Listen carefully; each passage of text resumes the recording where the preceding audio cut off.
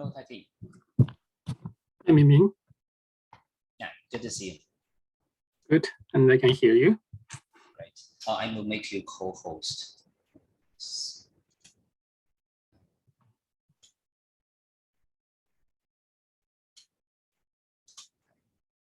You may try sharing the screen. Sure.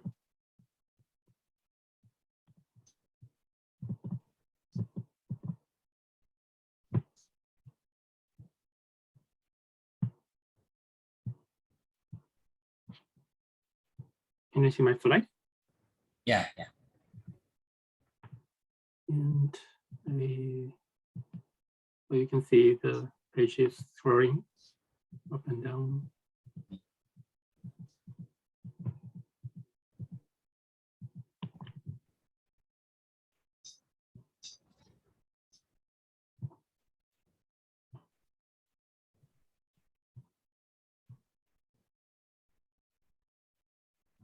So can I keep my screen shared on? Yeah, please. Okay. Because you will start the session, so just keep the sharing on. Yeah.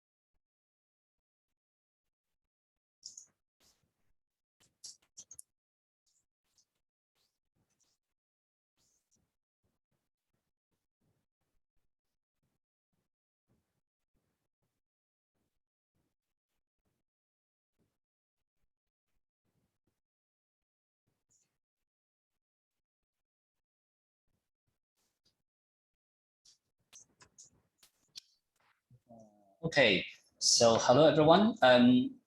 Now today it's our great pleasure to have Professor Taiki Tudu to give us a guest lecture on mechanism design for auction and matching. And as you see that in our course syllabus, this auction and matching is one of the topics in mechanism design. So it's also within our scope of the course. And then some of you asked me about today's slides. Well, now, supposedly, now you cannot see the slides, but after the lecture, I think it is fine, right? So, Taki, the PDF slides, is it shareable to the students after the class? Yeah, of course. Okay, thank you. And then let me first introduce Professor Tudu. So Professor Tudu is a associate professor in Kyushu University, and his main research field is multi-agent systems, which is a subfield of artificial intelligence. And his research interest lies at the intersection between computer science and game theory, especially mechanism design, which means designing incentive mechanisms for various market situations, such as auctions, barter exchange, school choice, and voting. He's invited to give an early career spotlight talk at Ichikai Pre-Kai 2020, which is very prestigious, and also was selected as a senior member of the Information Processing Society of Japan in 2020. So let's welcome Taki. Thanks, Mimi, for the introduction. I'm really honored to have this chance to give a guest lecture in your course. So let me start with my brief introduction. So as Mimi mentioned, I'm an associate professor of Kyushu University, and my background is computer science, artificial intelligence, and more specifically, multi-agent systems. And as a part of multi-agent systems research, I'm working in an interdisciplinary research field called algorithmic mechanism design. So it's an intersection between algorithmic design and game theory. So it's totally in the scope of this class. So today's agenda is here. So first, maybe most of you are already familiar with the basics of game theory, but let me again introduce some basic terms of game theory and mechanism design. After that, I'll show some known results of auction theory, both single item auction and combinatorial auction. And then I'll give you some short break, say about 5 minutes, and then I'll give some lecture on matching theory. Okay, first one-to-one matching, and then many-to-one matching. So, okay, let me start with the basics of game theory and mechanism design. But first, we should discuss why game theory or economics are really important for us, people in the field of computer science. But first, for decision-making in situations where a person needs to choose an action from several alternatives, and the outcome depends not only on his own choice, but also on other players' choice. So for predicting the outcome when multiple players make their decisions, and for designing a better social rule, it's really important to design a good rule. But here, there are several underlying assumptions in the theory of game theory and economics or mechanism design. First, each player in the market, or so-called agent, has consistent preference or utility. So it's not varying on time. So it's fixed at the beginning of market, and up at the end of the market, the utility is also the same. Also, we assume each player is rational, meaning that he or she is trying to maximize his or her utility and do not care about what happens to other people. He or she just wants to maximize his or her own utility. Furthermore, each player chooses a strategy to play. So these assumptions only approximate human behavior, but are fully applicable to multi-agent systems where agents are, say, proxy software or bidding agent and so on. So in that case, these assumptions are really reasonable and natural to hold. And then this game theory and the algorithm mechanism design topics are becoming more and more intersectional and interdisciplinary, according to the rapid development of internet auctions and electronic commerce, and also due to the increasing quantity and value of information caused by the big data and the good analysis techniques of big data. So now game theory and economics are, of course, they are starting from the theory of describing human behavior, but nowadays it's becoming the theory for designing new systems. Sometimes it's the computer-based systems. So even for us, the computer scientists or students in the computer science domain, it's quite important to study game theory and economics. So they are the developer of the theory of games, like John von Neumann and Herbert Simon. So let me start with the very basic terms of game theory. First, define a player. The player is an agent who makes his decision. Well, while we assume there are two players in the beginning of this lecture, and then we define action. An action is the choice of the player. Well, while we assume a player makes his decision simultaneously and only once, so one-shot game we first consider in this lecture. And then utility must also be given.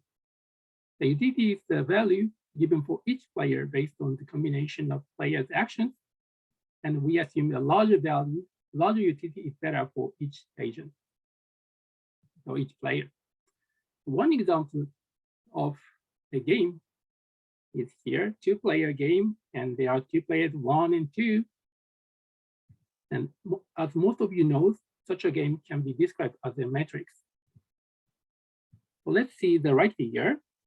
Here is one player called a column player, in this case, player 2. And the other player is called a row player, so in this case, player 1. And each row and column represents one action. So player 1 has two actions, F and S, and player 2 also has two choices, F and S. And each cell represents a combination of actions. So the top left cell having two values 4 and 4, corresponding to the combination of action F of player 1 and action F of player 2. The values in the cell are utilities of the players for each combination of actions. So the bottom left is for the row player, and the top right number is for the column player. So let's see the top right cell. In the bottom left value is 8. This is the utility for the player 1. And the top right value 2 is the utility for the column player 2. So this matrix is representing kind of competing newspaper. Okay, there are two competing newspapers, 1 and 2, and each has a choice whether to cover finance news as top news or cover sports. So F indicates the finance and S indicates the sports. 80% of people prefer finance, while 20% people prefer sports. So if player 1 chooses finance and player 2 chooses sport, then the whole number, 100% of people, are divided into these two newspapers, and 80% read the newspaper 1 and 20% of people read newspaper 2. But if both chooses the finance, then the 80% of people is divided equally, and the rest of 20% is not reading any newspaper in this situation. Okay, then as mentioned, we assume a player is rational, so try to maximize its own utility and does not care about other people's utility. And also, at this moment, there is no feeling such as pity or unfair. So sometimes we call such a function is selfish. But if the agent has feelings like sympathy or moral or whatever, we assume they are already represented in this matrix. So in this sense, the matrix has a very great power to represent the situation.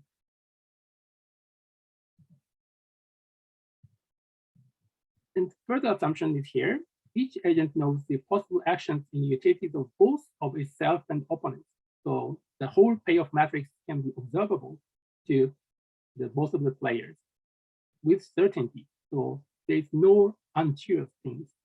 Everything is sure. Of course, the agent does not know which action his opponent will choose. So a player one cannot exactly observe the player which action F or S player to choose. But this matrix is observable.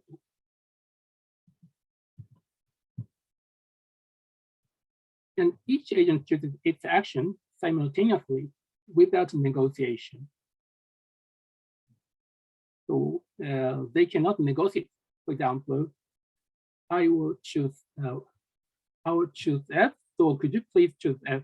Then I'll pay for you $1,000, etc. So this is kind of negotiation, and this kind of negotiation is not allowed in this simple game.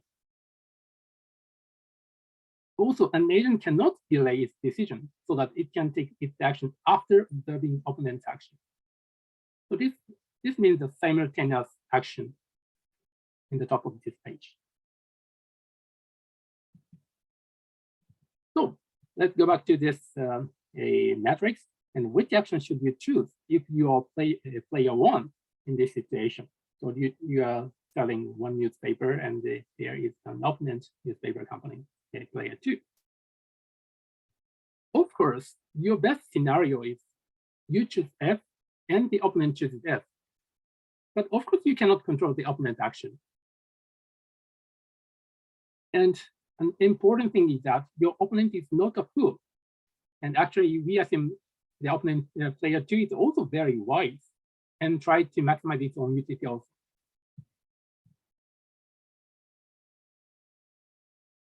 Well, maybe thanks for the answer in the chat.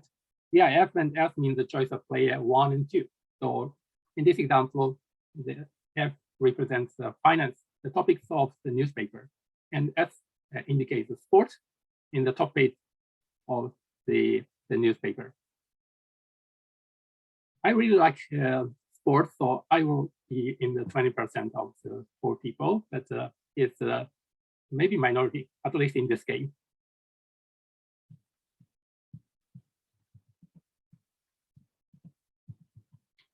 So I guess you already know about what is dominant strategy, but let me explain again. So here, strategy is the way for choosing an action. And the dominant strategy is the strategy that gives you higher or equal utility than any other strategy, no matter the action of the opponent chooses. So regardless of the action of player two, if choosing one action is the best for player one, then that action is a dominant strategy. Choosing that action is their dominant strategy.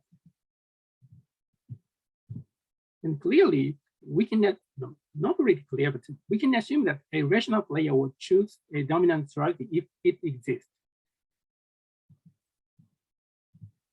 And we don't need to care about whether your opponent is rational or not.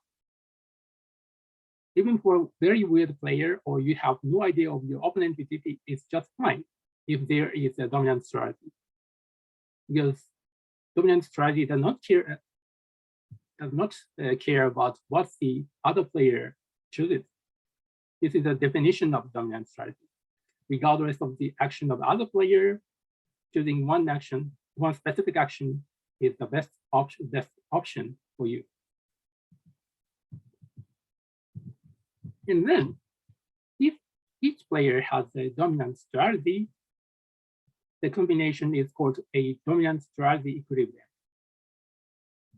If players are rational and there exists a dominant strategy equilibrium, we can assume that the result will be that dominant strategy equilibrium. Okay, so let's see this a matrix. It's easy to see that for player 1, choosing F is a dominant strategy because under the choice of F by player 2, choosing F gives 4, and choosing S gives you 2. Also, if the opponent player 2 chooses S, then choosing F will give you 8, and choosing F will give you 1. So regardless of the action of the opponent player 2, choosing F is the best option for you. So in this case, player 1 has a dominant strategy, choosing F. Also, from the symmetry of this matrix, the dominant strategy for player 2 is also choosing F. So in this matrix, the dominant strategy equilibrium is the top left cell, under which each player gets 4 other utilities. One important thing is that dominant strategy does not necessarily exist. Let's consider paper, rock, scissors game. Obviously, it has no dominant strategy. But if we remove the scissors and there are only 2 choices, paper and rock, then paper is a dominant strategy. It's obvious. And most games which a human enjoys to play does not have a dominant strategy.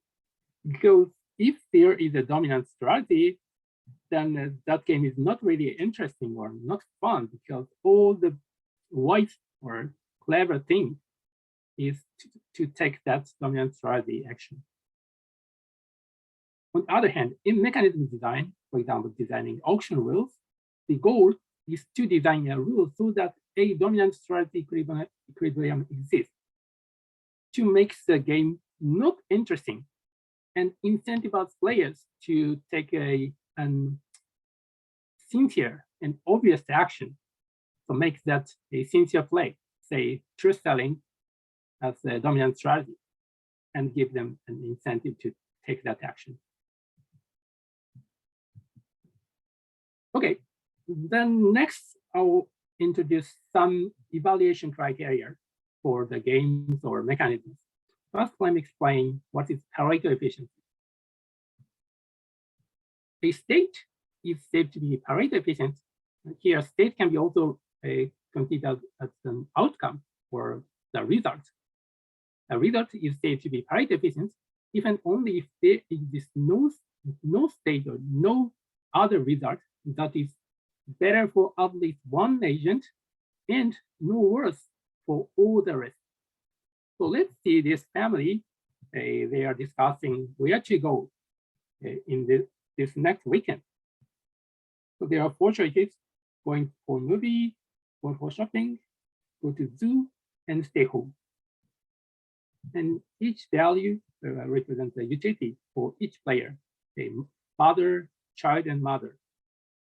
Going to movie is so-so for everyone, but mother would like to go for shopping. And child prefer to go to zoo and see many animals. But all the members of the family does not like staying home. In this case, home is obviously not Pareto efficient because all other choices, movie, shopping, zoo, dominate that home choice. At the same time, go for movie is not a really good choice because go for shopping is strictly better for mother and no worse for all the rest in father and child. So in this situation, there are 2 Pareto efficient states or Pareto efficient results: go for shopping or going to the. So we can use this Pareto efficiency criteria for many other situations. Let's consider divide $1,000 between you and me. We can throw away some money also. So in that case, I get $0 and you get $1,000, or I get X dollar and you get 1,000 minus X dollars, or I get whole $1,000 and you get $0. All are parity efficient. We can agree on 250 plus X and 750 minus X is better than throw away $500 and get 250 and 250 if X is small enough.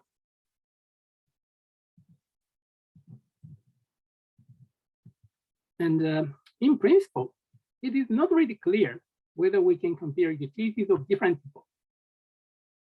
In other words, it might be the case that there are no common measure. Yeah, maybe you can imagine that we can use money as a common measure, but it's not really easy. Of course, money is one good measure to evaluate the utility, but sometimes people do not care about how much you get, or people sometimes do not care about the monetary happiness evaluation. So the definition of parity efficiency can be applied even if we cannot compare utilities. And we can consider parity efficiency is a minimal requirement of a desirable social choice.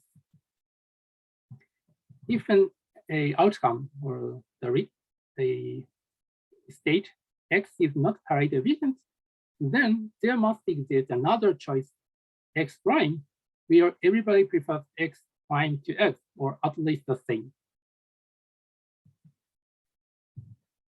And then let me explain some characteristics of players in our game theory model.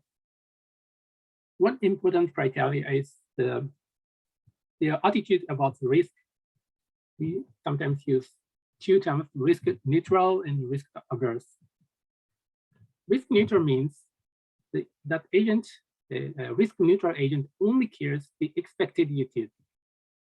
For example, he or she who is risk neutral is indifferent between following two lotteries. One, he or she obtains 0 for the head and $100 for the tail, for the fair coin.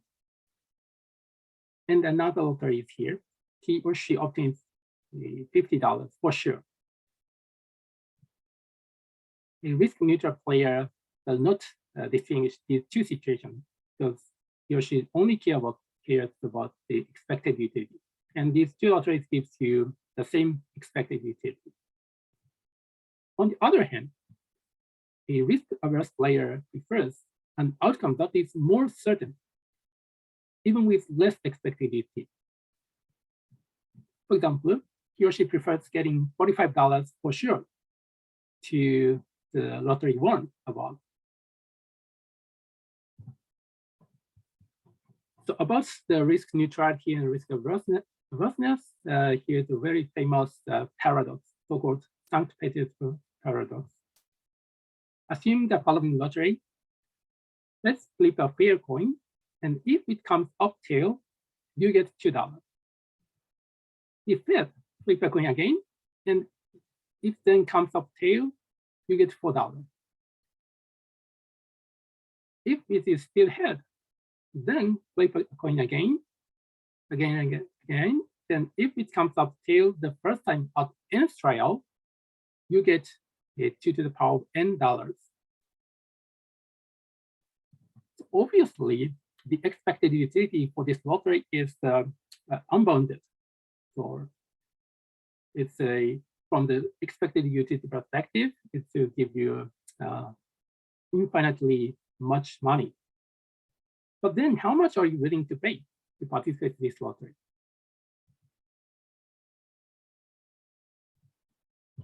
Why don't we want to pay just $10 for the lottery with an infinite expected utility?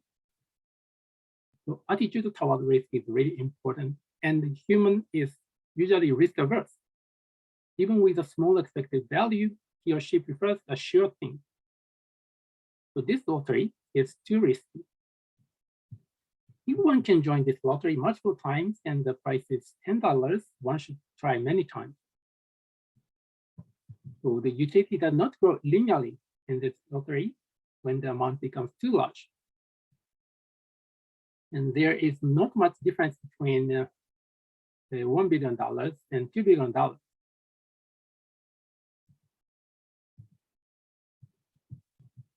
And then another assumption on the players of the games, one of the well-known assumption about the utility of a player is so-called quasi-linear utility. An agent utility is defined as the difference between its evaluation value of the allocated good and its payment. So these terms are usually used in the literature of auction theory. If an agent wins a good or receive a good whose evaluation value is $100 by paying $900, $90, then his or her utility is 100 minus 90 is $10. But if he or she does not win the item, he or she cannot get the item, cannot receive the item, then he or she has a utility of 0. Also, if he or she does win and pays $100, then his or her utility is also 0 by the assumption of quasi-linear utility. In the quasi-linear utility model, each agent only cares about the difference between evaluation value and the payment. So if your evaluation value is $100, then paying $100 for that item is meaningless, totally meaningless. It gives you 0 utility. Okay, and then we can also define further refinement of the Pareto efficiency. Not usually a refinement, but sometimes we can consider this social surplus of the refinement of Pareto efficiency. Here, assuming agent utilities are quasi-linear and transferable, then if a state is Pareto efficient, then the social surplus, meaning that the sum of all agent utilities must be maximized. So let's see this a three-player family game. There are 4 choices: going movie, shopping, and home. As we already observed, shopping and do are the only Pareto efficient choices. And only from the Pareto efficiency criteria, we cannot compare between shopping and do. But if we introduce this social surplus under the assumption of the quasi-linear utility, we can compare between shopping and do, which one is much better. So the red colors, red values, 6, 9, 6, 3, are the social surplus for each choice. Going movie is in total 6, and shopping is 9, do is 6, and staying home is 3. So in this social surplus perspective, shopping is better.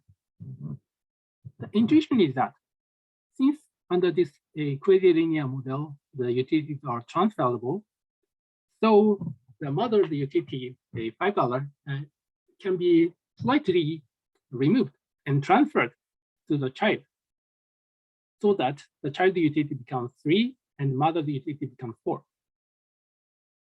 So this modified utility model, shopping is 2, 3, 4 for each member, and there is going to zoo is 2, 3, and 1. So shopping Pareto dominates the option for going to the zoo.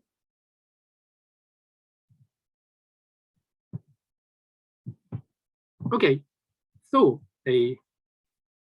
for each agent, there is a dominant strategy. This is a very important desirable property of a group decision making. And if there is a dominant strategy equilibrium or some kind of Bayesian-Nash equilibrium, then we can say the mechanism is robust against various frauds, such as spying. And also, Pareto efficient outcome should be achieved in the dominant strategy equilibrium. So from the mechanism design perspective, we want this kind of a property to be satisfied. So mechanism design, or recently it is also called as market design, is the research of designing a mechanism that determines the rules of game. And the mechanism designer cannot control the action of each agent, because there is no way to force an agent to be honest or to refrain from doing frauds like spying. So here is a mouse on the bottom, and there is a advertisement going to right. But of course, there's no incentive for that mouse to follow the direction. If you want the mouse to go right, then one good way is to put a cheese on the right side. Then if we put a cheese on the right side, then the mouse will have an incentive to go right. So from mechanism designer's perspective, how can we achieve a certain desirable property, for example, Pareto efficiency? So we have to design rules so that for each agent, there exists a dominant strategy, and in the dominant strategy equilibrium, the desirable property is achieved. So this is a fundamental explanation of what's important in mechanism design, why we have to care about mechanism design in by using very sophisticated mathematics. Okay, then let me start with one of the main topics of today's lecture, the mechanism design of auction.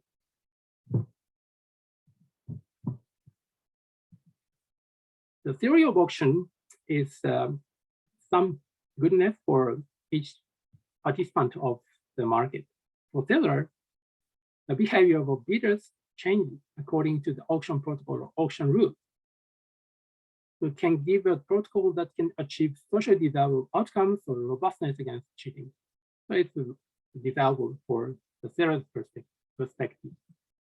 Also, from bidder's perspective, the best strategy changes according to the auction protocol. So by using the theory of auctions, he or she can give a method for finding the best strategy.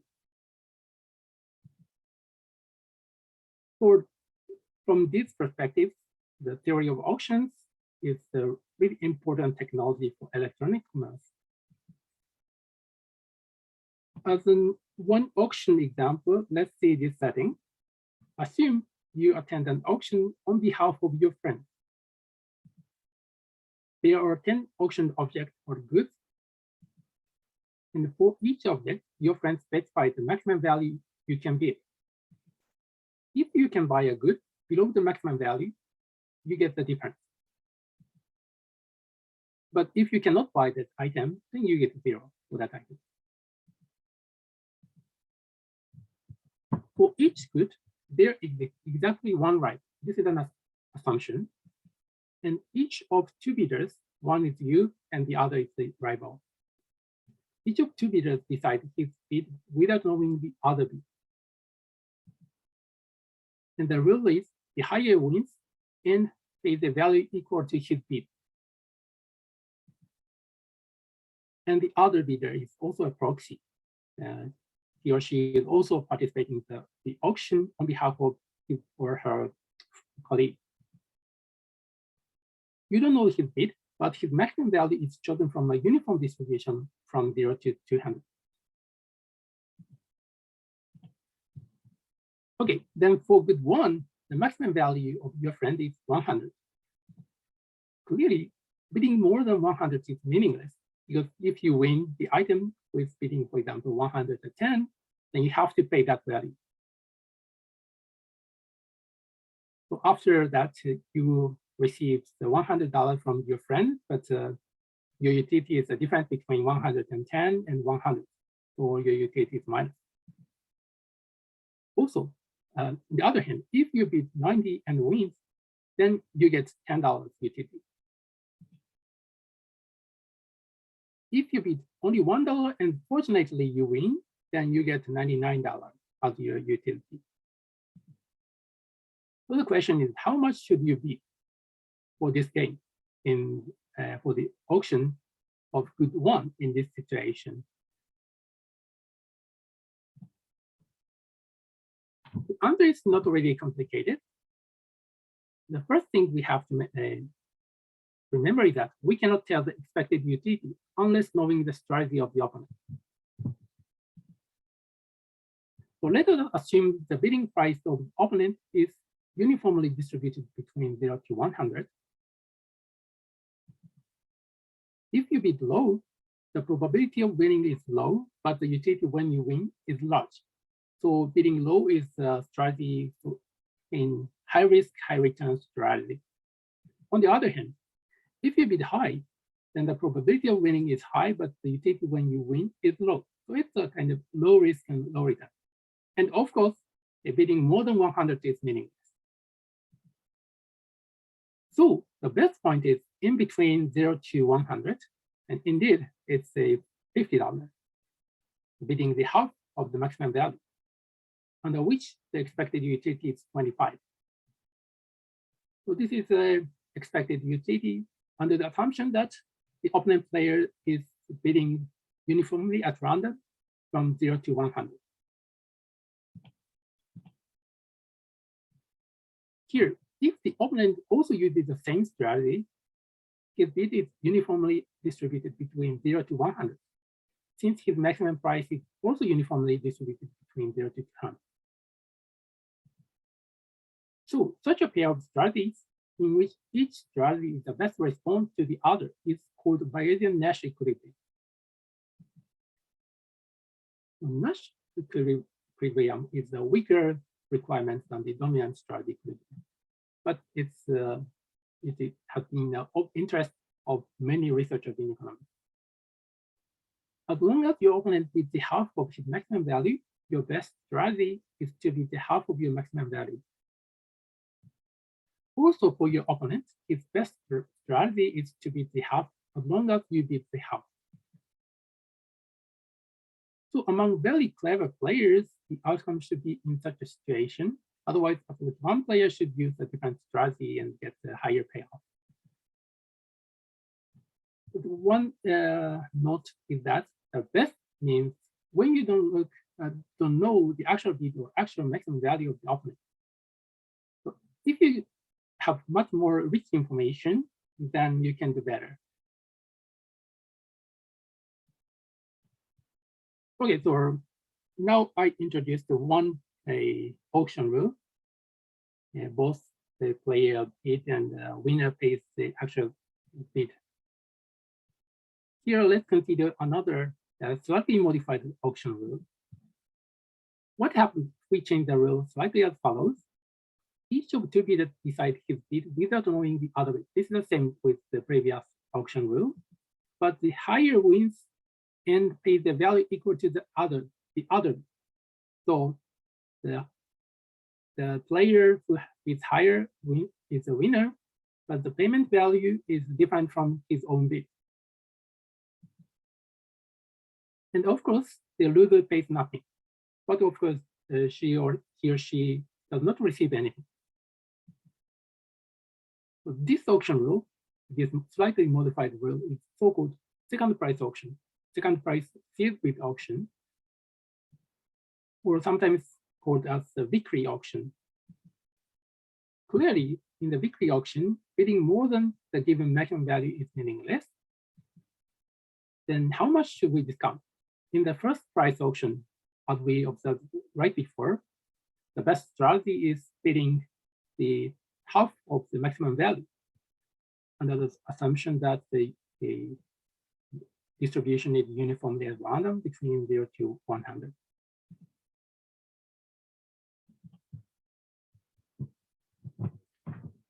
You can observe that in the second price auction, the payment is decided regardless of your bid. This means that you cannot decrease your payment by decreasing your bid. So bidding the maximum value is optimal without any discount. Unlike the Nash equilibrium, this optimality holds regardless of the number of your opponents, regardless of their strategies and maximum values. Such a strategy is called a dominant strategy, as we already mentioned. So in this sense, having more information is also useful. But it is totally different from the Bayes-Nash equilibrium in the previous section.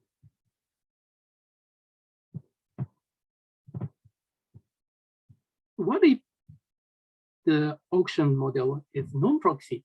So you participate in the auction for your own good. You want to receive your own, you want to buy your own good.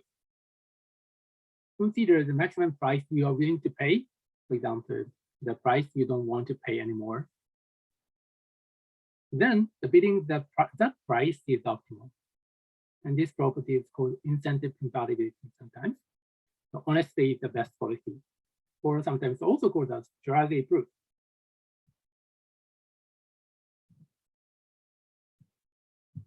And next, let's see whether we can achieve the Pareto efficiency in this auction mechanism. Here, let me remind that the Pareto efficiency under this auction model with quasi linear utility, the social support must be maximized. So the good must be allocated to the agent who has the highest evaluation value. The agent whose evaluation value is 8,000 and pays 7,000. Oh, sorry. Yeah. On the bottom, you can see the three bidders and their evaluation values. So the leftmost agent, whose evaluation value is 8,000, wins and pays 7,000. So his utility is 8,000 and minus 7,000. So 1,000 is his utility. At the same time, utility of the seller is 7,000 because she receives a payment from that winner. So in total, the social surplus is 8,000. This is equal to the maximum evaluation value on the market. So, well, let me give you one quiz. The larger also serves for the smaller. So far, we observed two auction rules for single item. One is the first price auction, and the other is the second price auction. In the first price auction, the winner pays his own bid. On the other hand, in the second price auction, the winner then pays the second highest bid as the payment. Then what if we change the payment rules so that if the highest bidder wins and pays the value equal to the third highest bid, can we guarantee the incentive compatibility? There are three players, and one player has 150, the second player has 100, and the third player has $50. If they bid honestly, then the $100 is the winner and pays $50. Do you think we can guarantee the honest behavior of the players? The answer is no. Let's assume that you are the second bidder and your evaluation value is $100. Here, if you bid honestly, then you cannot win the item.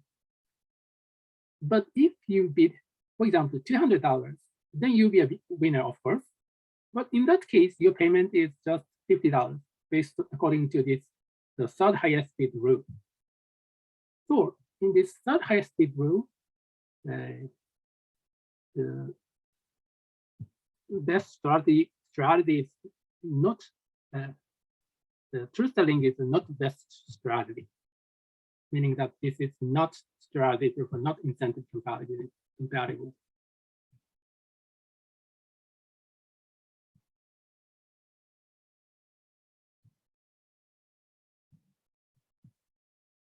So many thanks, and thank you for the question, her survey. Yes,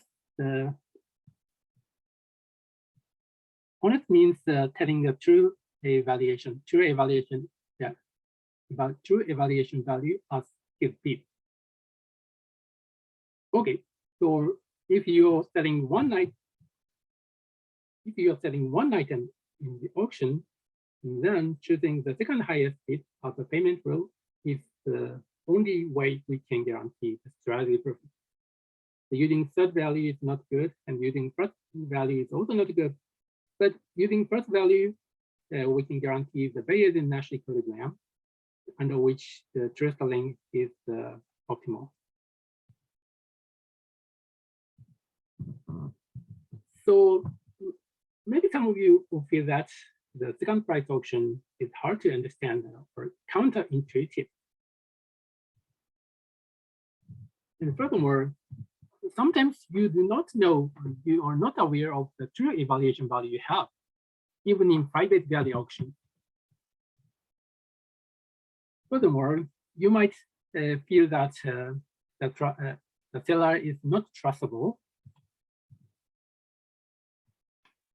Also, you might feel that you don't want to reveal the private or sensitive information like your evaluation value.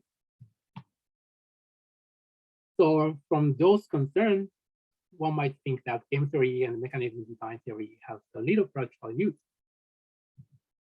But I believe most of you already know that the sponsored search is one of the great success of mechanism design. When you search some query, for example, in Google, then on the right-hand side, you can see many sponsored links. So here is the advertisement slot where some companies or can put their advertisement. Under this sponsored search system, each advertiser gives the price for each keyword. And when the keyword is searched by some user, then the output top-end bids are shown to the user with a hyperlink to the advertiser's page. But here, one important point is that the advertiser needs to pay only when the user actually clicks the advertisement. So this is called pay-per-click system. So the question is, how much should the advertiser pay? In early system of the advertiser pays the amount equal to its bid. So the first, they are using the first price auction. Then the advertiser keeps on sending dummy search requests and check its position and adjust its price. So the bid prices keep on changing, and it was really unstable. But in recent systems, including the advertisement slot in Google, the advertiser who wins the case slot pays the price equal to the key plus first bid. So this is a generalization of second price. By the change of this, by the shift from the top system to this recent system, the bid price becomes more stable, and it gives you stable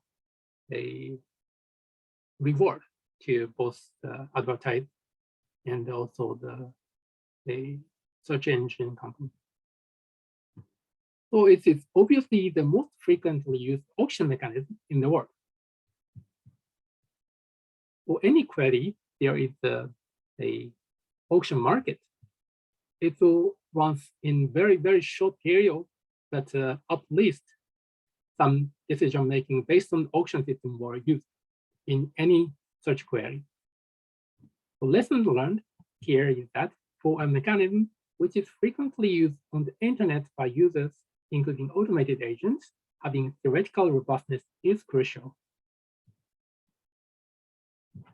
Okay, then let me show some more topics about auction, namely the combinatorial auction, where multiple different goods with correlated value can be auctioned simultaneously. For example, if you are an organizer of an auction, then it might be natural to think about selling both PC and memory together. At the same time, it might be also possible and more likely to occur that you have bio PC and ThinkPad PC, and both should be allocated to some buyer.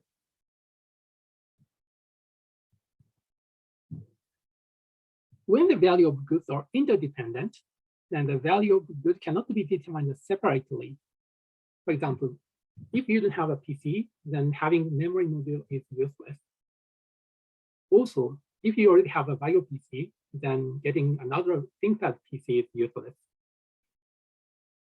So by allowing this on any combinations of good, the bidder can safely and easily declare his or her private values.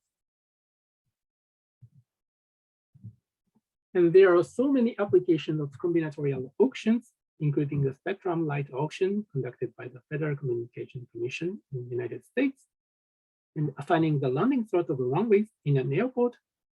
This is because an aircraft needs to take off after it's landed. Furthermore, the combinatorial auction-based systems are used in assigning truck delivery tasks for procurement auctions in many governments. And there are several research issues in combinatorial auction research. At first, maybe you can imagine that finding the best combination of this is a really complicated combinatorial optimization problem. This is known as the winner determination problem, which is reduced from the set packing problem, and therefore it is NP-hard. So there are various search techniques and approximations. At the same time, it is also really an interesting research topic to discuss how to describe the preference of an agent, because there are 2 to the power of n subsets for m goods.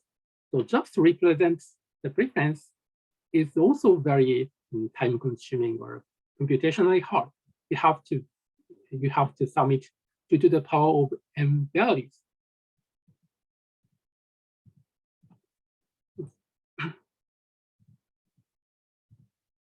Okay, now let me briefly explain what is winner determination problem. And for simplicity, assume one bidder bids only for a single bundle, single set of goods. For example, there are 5 bidders, A, B, C, D, E, and there are 3 goods, 1, 2, and 3. Bidder A bids $40 for the bundle 1 and 2. So she wants to get both 1 and 2. Just receiving 1 is meaningless for her. Also, bidder B bids $50 for the bundle 2 and 3. Bidder C, $30 for the singleton 3, and bidder D, $60 for 1 and 3. Bidder E, $10 for 1. Here, the auctioneer or the auction mechanism assign the good such that the social surplus is maximized. So this is the winner determination problem. To which agent and which item should be satisfied, should be assigned. So in this example, giving 1 and 2 to the bidder A and giving the item 3 to bidder C is the optimal. In that case, the revenue is $7. The social surplus is $7.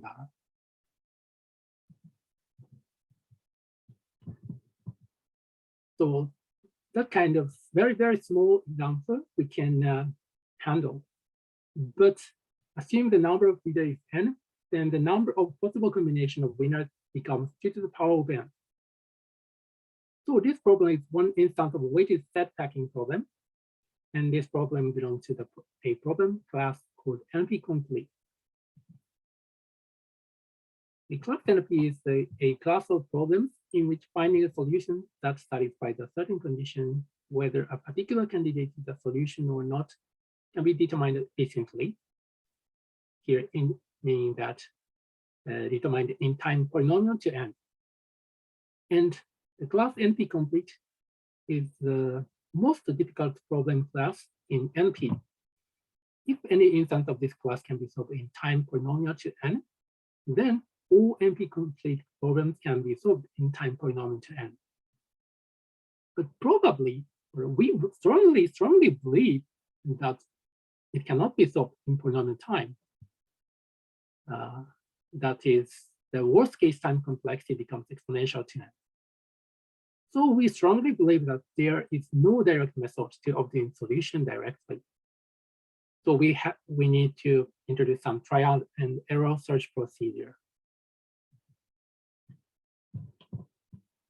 And this is also, you're also pretty familiar with combinatorial explosion. Assume the number of combinations to be checked is n to the power of n to the power of 2. And assume we are using a computer that can check 100 million combinations in 1 second. Then the required time is, for n20, it is 1/100 seconds. So it's just a moment. And then for n30, it's 11 seconds. It's still reasonable computation time. If n is 40, then it takes 3 hours. So it's still sometimes acceptable, but not really happy to have to wait on the computer 3 hours. And then for n50, it takes 130 days, 1/3 of 1 year. So it's totally not acceptable. And for n60, it's 365 years, and n70, 370,000 years. And then 80, it's 400 million years. So we need some heuristic or very good search algorithm. So this is a very brief explanation of what kind of search we have to do in the winner determination. On this tree, each node in it represents a bit. So on the top, there is a bit by a beta A. If beta A is chosen, we go through the path labeled in. Here, beta A has requested 1 and 2. So if we choose beta A, then we cannot choose B, because B also requires 2. But A and C have no conflict. So after choosing A and choosing that agent, then we check whether we should also choose C or not.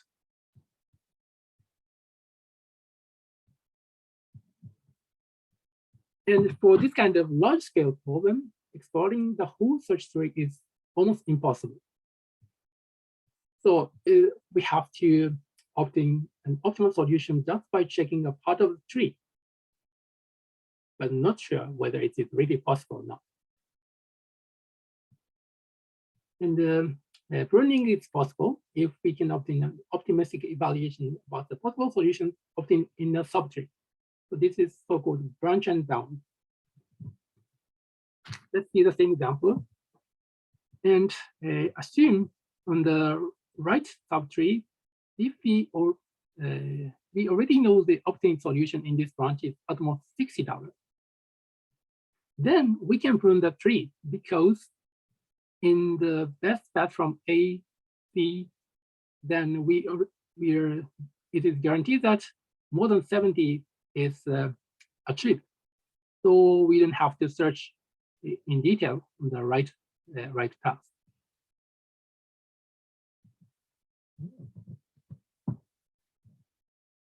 Furthermore, sometimes we can use the linear programming to efficiently solve the problem. This is also a very powerful approach. But however, we cannot obtain an integer solution.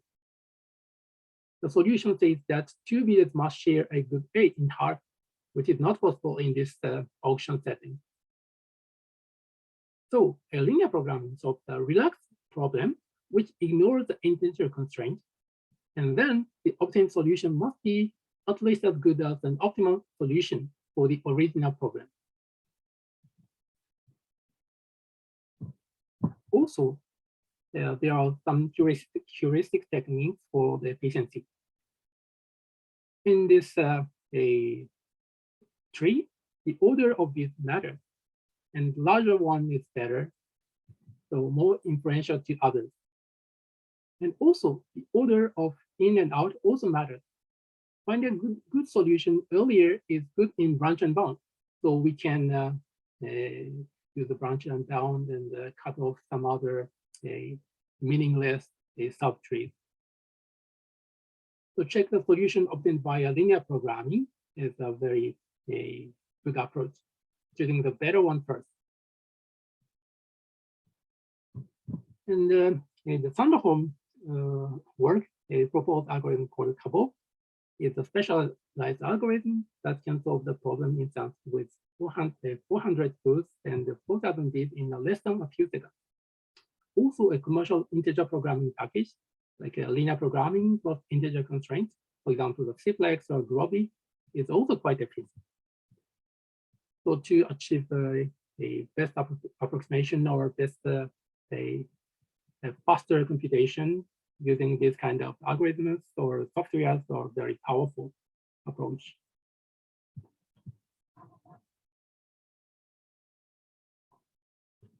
But from very solid theoretical approach, it is also interesting to check what we can do if we ignore that computation issue.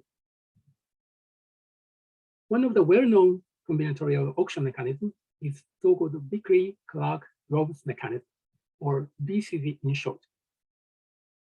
In BCZ, each agent declares its evaluation values for all subsets of goods. And the goods are allocated so that the social surplus is maximized. Here we have to do some computation, but assume that computation can be solved by some good manner, or we just ignore the computation task, the computation cost. Okay, then since it's an auction framework, we have to define the payment of each winner. The payment of agent 1, for example, is equal to the decrease of the social surplus except agent 1 caused by the participation of agent 1. By setting up the payment amount in this manner, the BCD satisfies incentive compatibility or strategy proofness, and also parity efficiency. The parity efficiency is achieved by the definition of here the second bullet, the good are allocated so that the social surplus is maximum. Okay, let's see one example and how BCD works for this example. Here there are two items, a coffee and cake, and there are three bidders, 1, 2, and 3. The bidder 1, they evaluate coffee for $6, but not interested in the cake, and just even if she gets both, her utility is only $6. Bidder 2 prefers having both coffee and cake. Each singleton is meaningless for her, but if she gets both coffee and cake, then she can pay $8. Bidder 3 prefers cake, and she doesn't like drinking coffee. So she has $0 for coffee, but $5 for cake, and also both. The allocation that maximizes social surplus is to allocate coffee to bidder 1 and the cake to bidder 3. In that case, social surplus, the sum of the utilities of winners is 11. And then we have to compute the payment of bidder 1 and bidder 3. Let's compute first bidder 1's payment. If bidder 1 do not participate, the social surplus, the maximized social surplus is $8, under which both cake and coffee is assigned to bidder 2. If bidder 1 exists, then the social surplus except bidder 1 is $5. So the difference between $8 and $5 is $3. So this amount is the payment of agent 1. Accordingly, we can also compute the payment amount of bidder 3. If bidder 3 does not participate, the maximum social surplus is 8. And under the participation of bidder 3, the social surplus of other bidders is $6. So the payment of agent 3 is the difference between $8 and $6. So she pays $2.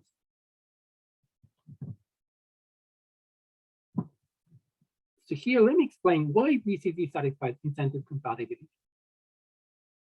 By definition, goods are allocated so that the social surplus is maximized.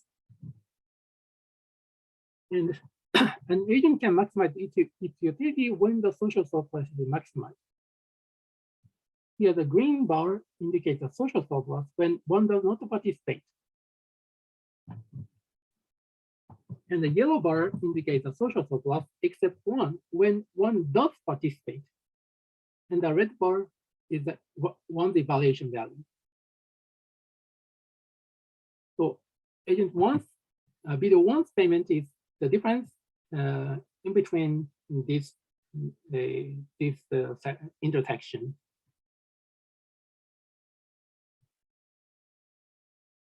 And then the utility of bidder one is the rest of this red bar.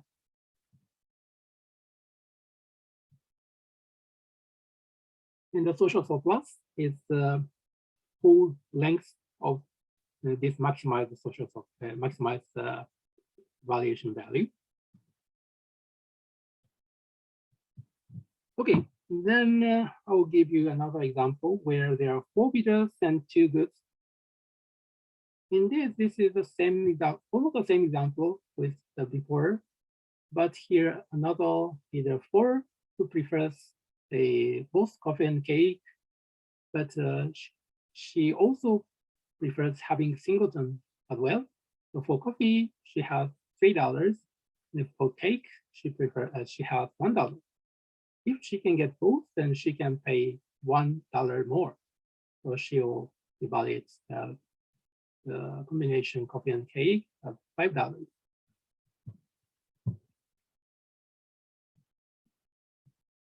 So let's see who is the winner in this situation. So in this situation, the winner is almost also the same. So bidder 1 and bidder 3 are still the winner. But payment can be changed. If bidder 1 does not exist, the maximum social surplus is $8. And if bidder 1 exists in the market, the social surplus is $5. So the payment for bidder 1 is the same, maybe. Also, bidder 3, if bidder 3 does not participate, and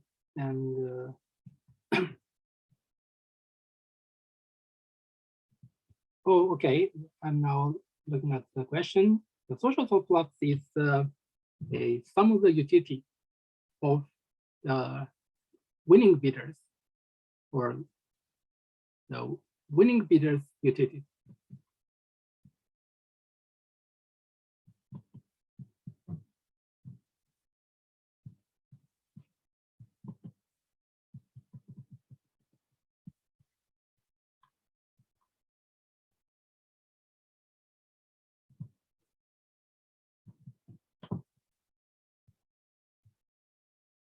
So maybe this is the same example.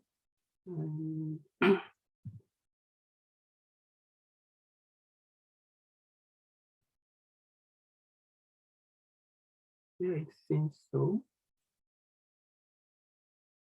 Then bidder 3 also pays 2. I believe so, but please let me know if I made some mistakes. Okay, then we can also consider another application domain of BCD mechanism. BCD can be used for more general setting in group decision making. For example, let's determine whether to extend this lecture 60 minutes more. So originally it was planned as 2 hours lecture, but let's extend for 3 hours lecture. So you can declare your monetary value for the choice. For example, if we extend one hour more, then you're happy for $20, or you're unhappy for $100, and so on, assuming that no change is $0. In such situation, how can we guarantee that you will declare your true preference? You really like this lecture, or you don't like this lecture, you don't like this lecture, and so on. So we can apply BCD for that situation. What we calculate the sum, And then if the sum is positive, we extend the class. If your bit changes the outcome, then you will charge the minimum amount needed to change the outcome. So let's see the example. There are 4 students, and student 1 prefers extending the class for $20. Student 2 don't prefer. It's a loss. He feels it's a loss for $10. Student 3 is getting much more loss, $20 loss, and agent 4 really prefers this class. The result is to extend because the summation is positive. And the payments are, for student 1, she has to pay $0. She doesn't have to pay, because even without student 1, the summation -10, -20, and +35, so it's still positive. So student 1 doesn't have to pay anything. This is true for agent 2 and 3. And for agent 4, she has to pay some amount, because without student 4, the total sum is a +20, -10, -20, so it's negative. So without student 4, the decision is not to extend.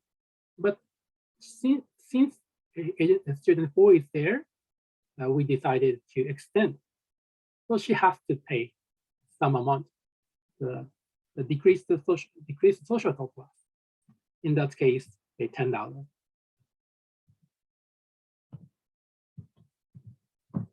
And here is some note for collect tax. The money collected must be thrown away. So we cannot simply divide the amount among participants. Increase the tax for other participants is profitable, so it violates the incentive consolidation.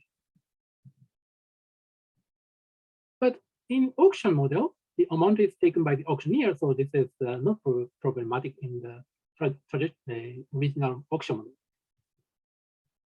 So finally, let me show some limitations of BCD. BCD can be used for mechanism design in general, not only for auction, but also various decision-making systems, and it has theoretically well-founded. It satisfies dominant strategy incentive compatibility and also achieves target efficiency in the equilibrium. However, as we already observed partially, it has several limitations, such as computational expensive. The outcome is not in the core of vulnerable against the collusion of losers. So from this perspective, we still need to design new mechanisms for each application domain, especially if we have to compute fast, quickly, and also the problem is scale is so large or getting larger and larger, then using BCD might be a best option. So we should use some polynomial time approximation algorithms. So in general, this auction research is still ongoing, and there are so many unrevealed things. So it's a very interesting and active research field. Okay, so this is the end of the first half, and let's take a 5 minutes break, and we will start from 1:20. And then we start go for the matching topic, both one-to-one matching and many-to-one matching. Okay, let's have a break, 5 minutes, and see you later. Thank you, Taki. So by the way, in my course, there are some possibility for in-class exercise. So if you're in the second part, you think that some exercise, you may leave it for the students to work on. You may just leave it as an in-class exercise, and then they will try to compose an answer and submit together with other in-class exercises. So feel free to give one. That will be good enough. Okay, maybe there is no special exercise. Yeah, here. Up to you. And okay. And also, for some questions, which you think, quite challenging but manageable to be answered in the class. And then you can also see whether the students in the class can, can give the right answer. If yes, then I will mark some bonus point. Okay. Okay, let's see you later. Yeah, see you soon.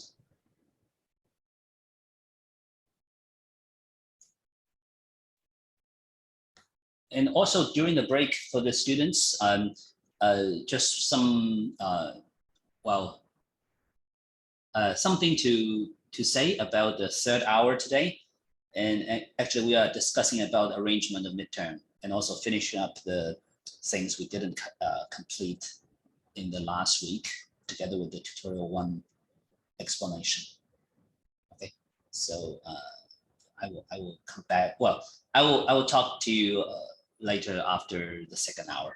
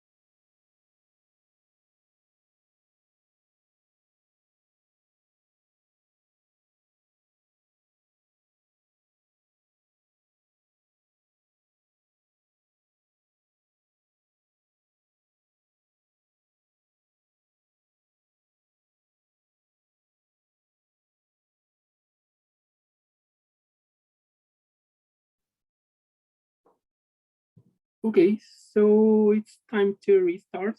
Can I restart?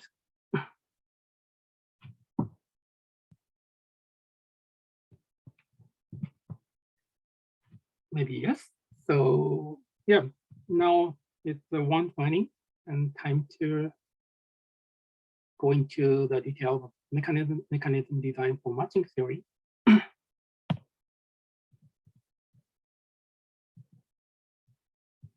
So here Matching means two-sided matching. The goal is to find a desirable combination of two parties, for example, between students and laboratories or schools, workers and companies, or medical residents to hospitals. Maybe most of you already familiar with what is different acceptance, or also known as scale-Shapley mechanism.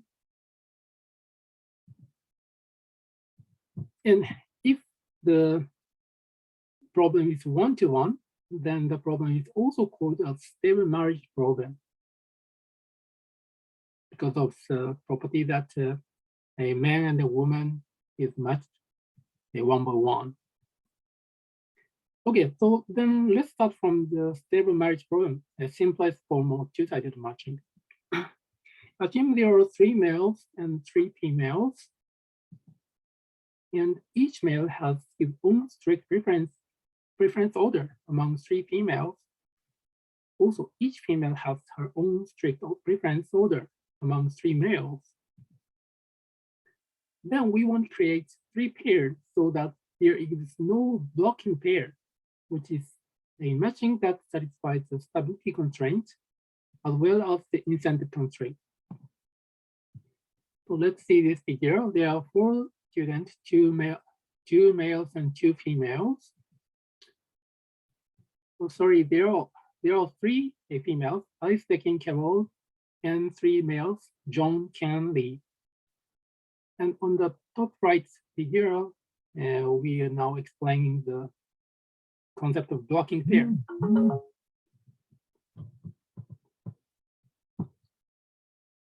Here, assume that for Alice, she prefers John over Ken over Lee. And for John, she prefers Alice over Becky over Carol.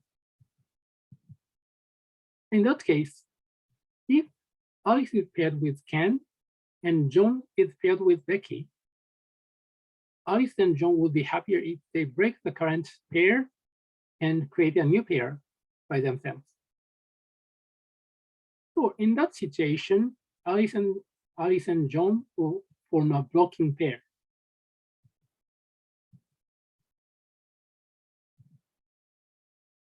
If any blocking pair exists, then that matching is called stable. The default acceptance algorithm is known to achieve the stable matching for any one-to-one matching problem. Algorithm description is as follows. First, assume that each male and female is either single or engaged. And initially, everyone is set up as single. And as long as any single female remains, repeatedly apply the following round. So in the round, first, a single female proposes to her most preferred male, to whom she has not proposed and not rejected before. But here, she does not care whether he is single or engaged. And then each male engages with the most preferred female who proposes to him.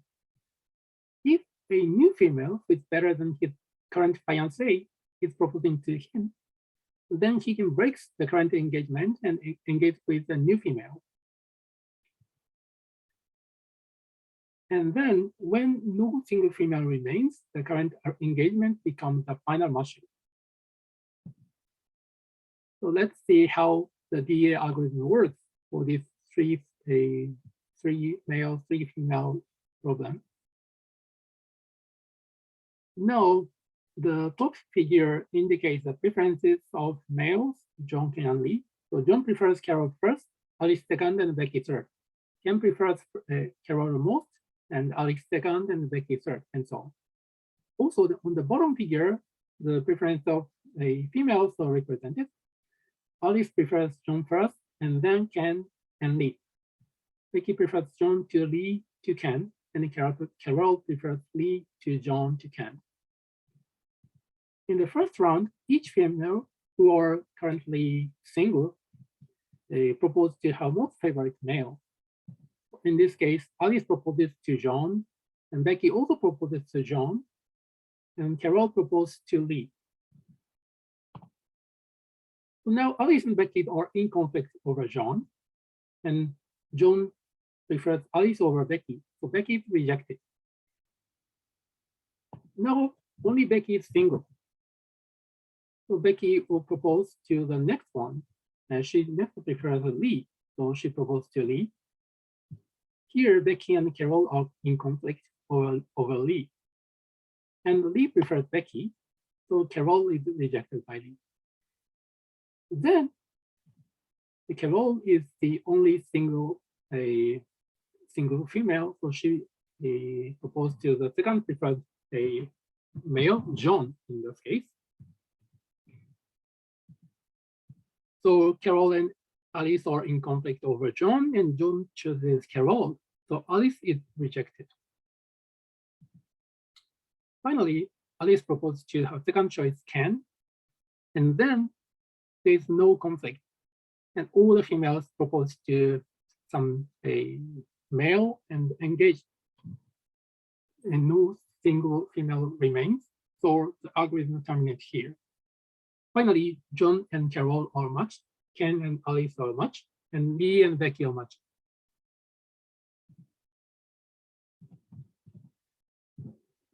So since each female can propose to one male at most once, the mechanism repeats at most 3 to the power of 2 rounds.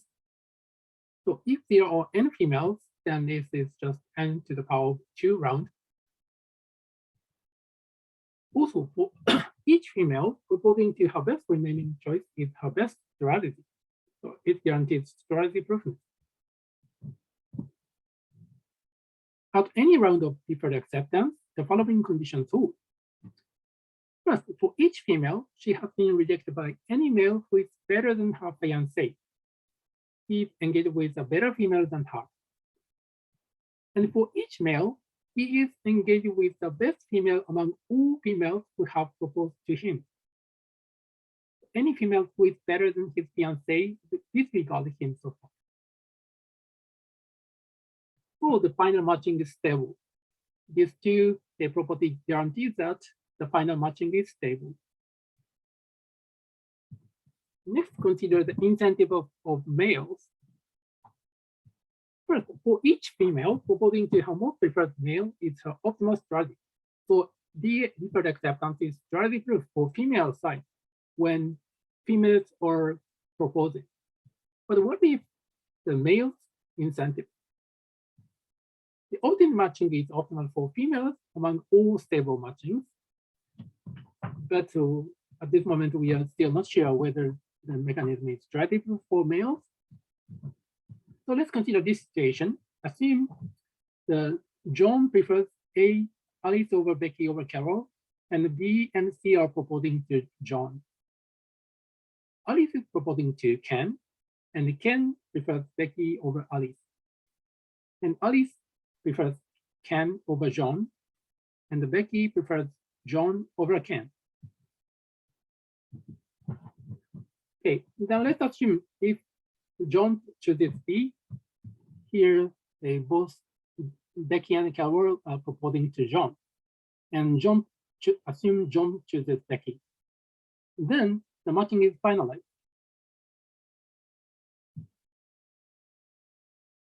Indeed, this is a sincere strategy, because according to the preference of John, Becky is better than Carol.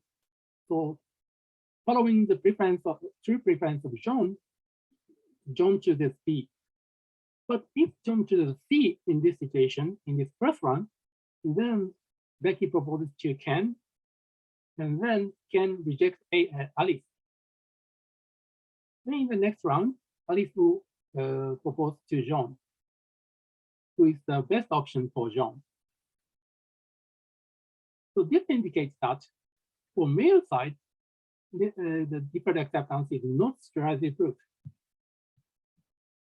Indeed, there's no result that no mechanism is strategy proof for both males and females. So if we use the deferred acceptance with female proposing default acceptance, then it is strategy-proof for females, but not strategy-proof for males.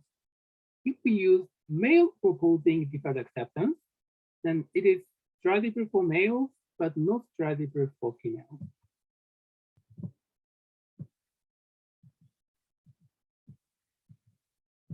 Okay, this is a quiz if you're really interested in this kind of default acceptance, the two-sided matching problem, you can consider. So let's discuss whether a group of females can collude and obtain a better matching in default acceptance. As a hint, let's consider the following two separate cases. The first case is where each member in the group obtains a strictly better matching compared to the truth-telling. And another situation is whether some members obtain better matchings while the other members are the same.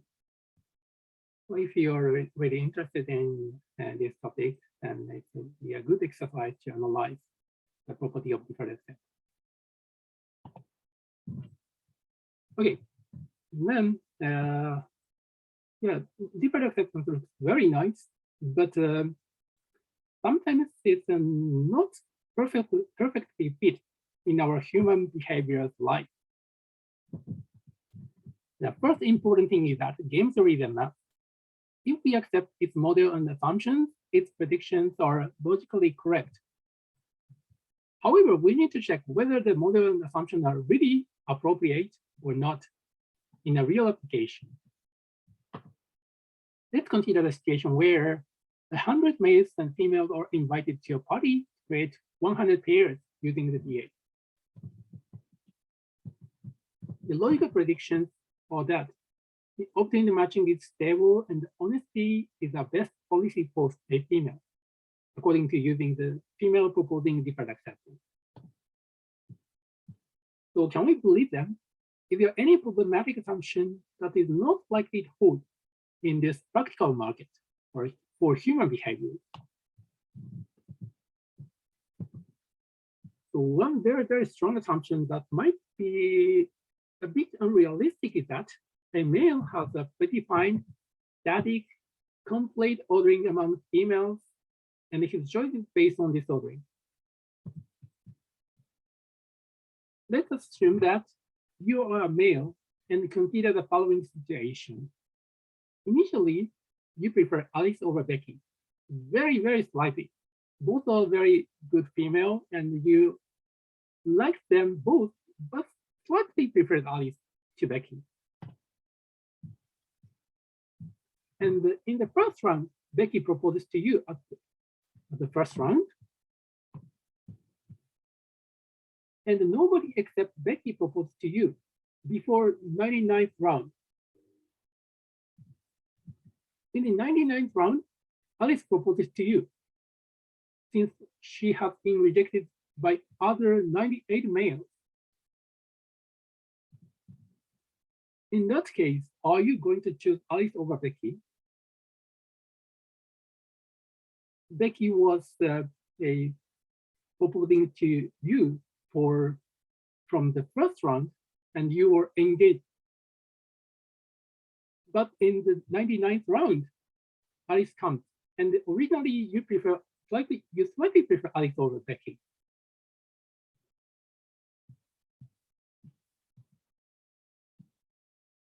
Okay, maybe some people are saying you would choose Becky, but the default acceptance does not allow you to choose Becky, or in the algorithm, such a insincere or a non-systematic behavior is not allowed.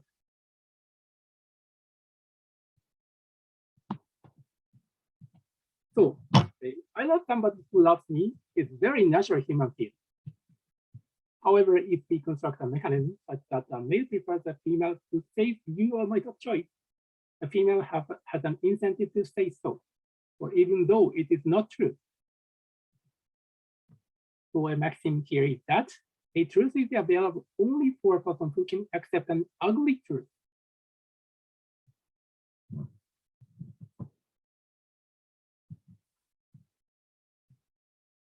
Okay, Becky stood up. Yeah, I also think so. Okay, so in the last 25 minutes, I'll show some extension of one-to-one matching. When you make a matching between student and laboratories, then multiple students can be matched to the same laboratory.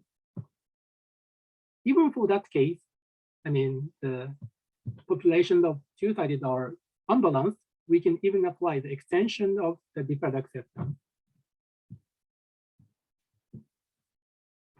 Each student corresponds to a female and they have a role of proposing. And then each laboratory corresponds to a male with a role of accept and reject. And the point here is that a laboratory or male can tentatively accept students up to its capacity limit or maximum quota. So from here, it's the slide is a bit more mathematical. I first define some terms like a set of students large S and set of schools large C. And each student has a strict preference ordering over C, and each school has a strict preference ordering over S. And QC indicates the maximum quota of school C or its capacity limit. The school can accept up to this maximum quota. Here, the symbol mu indicates a matching, where mu S is the school where student S is matched, and the mu C indicates a set of students who are matched to school C under matching mu. We say matching mu is feasible if for each school C, the cardinality of mu C is strictly is less than or equal to the maximum quota QC.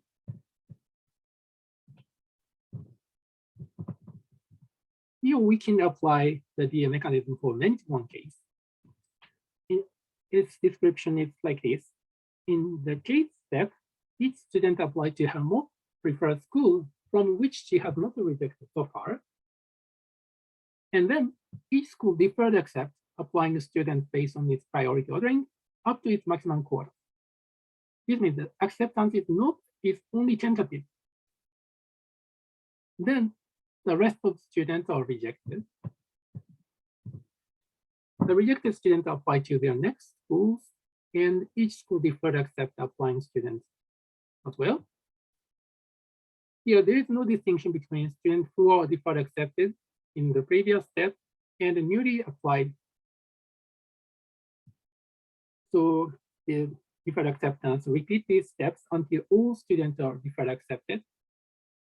Then the matching is finalized. Here there are 5 students, a yellow, pink, blue, green, and brown. And there are 3 schools, Y, T, and S. And Y has maximum quota of 2, and T has also maximum quota of 2. And S has maximum quota of 1. In the first round, all the students they apply to the most preferred school.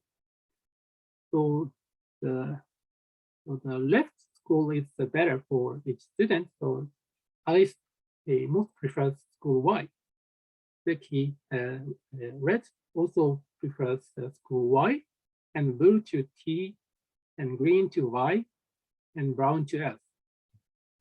Here, for school T and S, the total proposal is less than the quota, less than or equal to the quota. So all the applicant is tentatively accepted.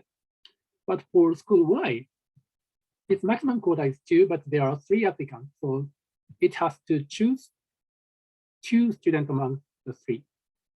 According to the preference order of school Y, yellow and pink are chosen and green is rejected. In the next one, green newly proposed to school S. And according to the preference of school S, green is chosen and brown is rejected. Then brown applies to the school T, where blue is already applied.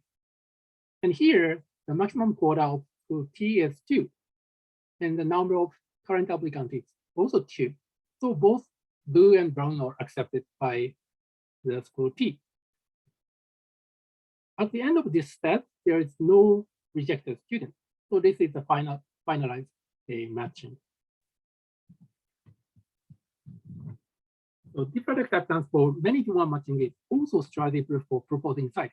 For each student, declaring her true preferences is optimal.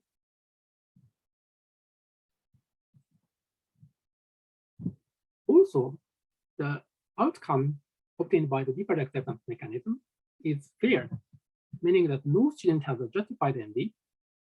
If student is rejected from school C, then all students accepted to C have higher priority than F according to C's priority preference ordering. And then a deferred acceptance is also non-wasteful. No student claims an empty seat. If student is rejected from school C, then C is filled to its maximum quota, a rather mild requirement on Pareto efficiency. Here, the term blocking pair is explained as having a justified MD or claiming an empty seat. So fairness and a combination of fairness and non-wastefulness equals the stability definition. And the deferred acceptance mechanism obtains the optimal matching for students within all stable matchings. In more detail, it chooses the optimal matching within all stable matchings. All students prefers the matching obtained by deferred acceptance mechanism, including type. However, the deferred acceptance mechanism cannot satisfy individual minimum quotas or regional maximum quotas. So, in more complicated situation, the original deferred acceptance mechanism may not work very well. So by introducing these constraints, there is a chance that there exists no stable matching.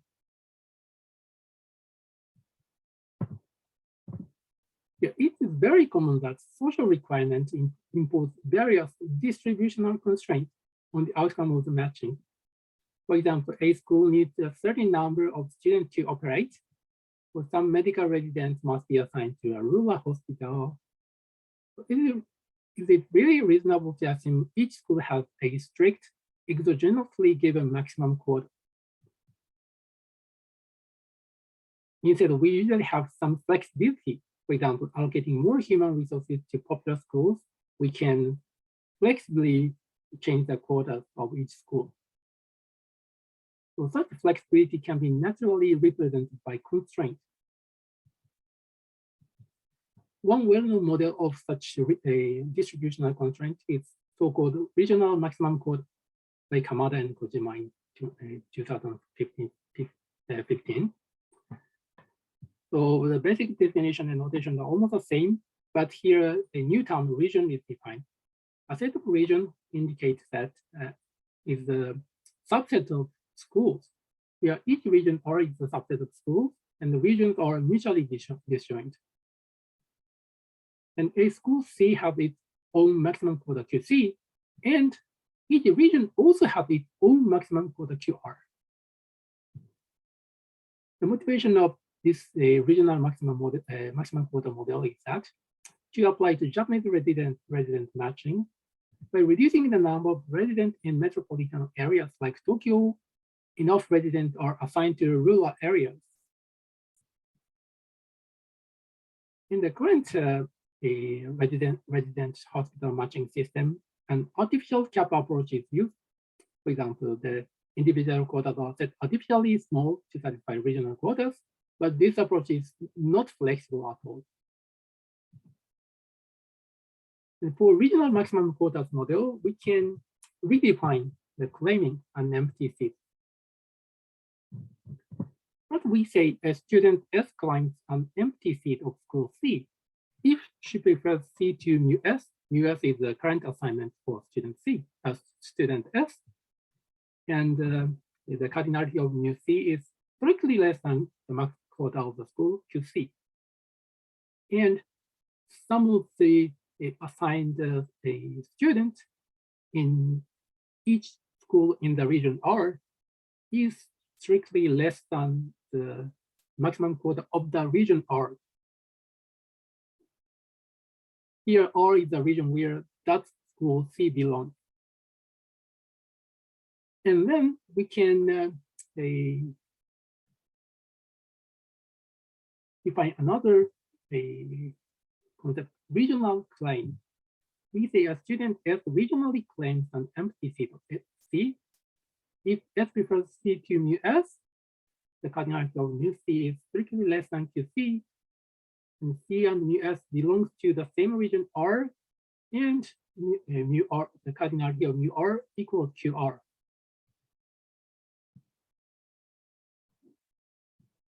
In this regional maximum quota model, there exists an instance where no matching satisfies fairness and non-wastefulness, including regional non-wastefulness. So we need to give up one of them. In general, there exists a trade-off between fairness and efficiency. So from this perspective, non-wastefulness is one criterion for student welfare. But even for this weakened version of welfare requirement, usually they're incompatible with fairness. So here is a quiz, but in the next slide, I will have an answer. So it is not really clear, but yeah, let's consider by yourself. Show that fairness and non-wastefulness are incompatible with regional maximum quotas. The hint is, it's enough to show a small problem instance where a matching satisfying both properties does not exist.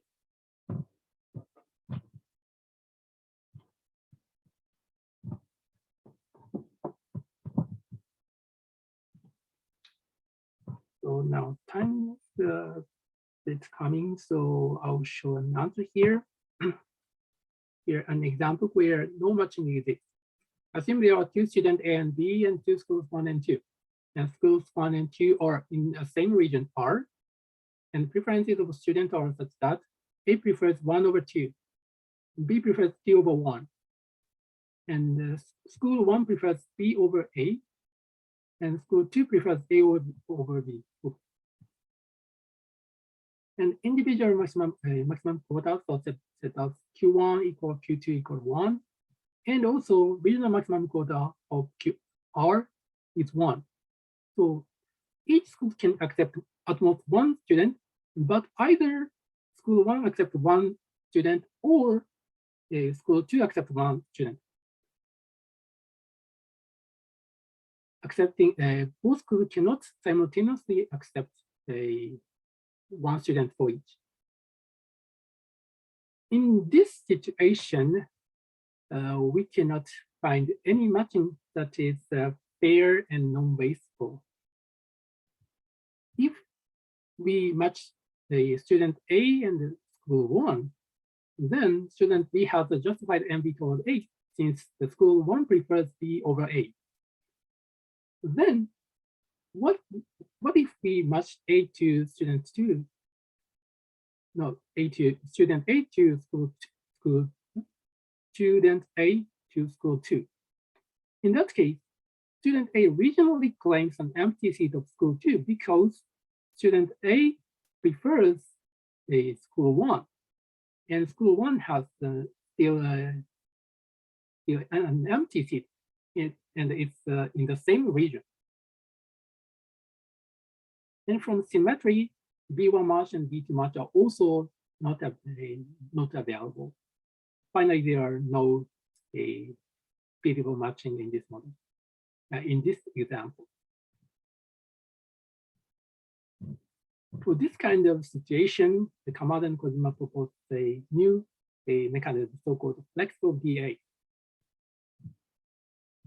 It's an extension of deferred acceptance.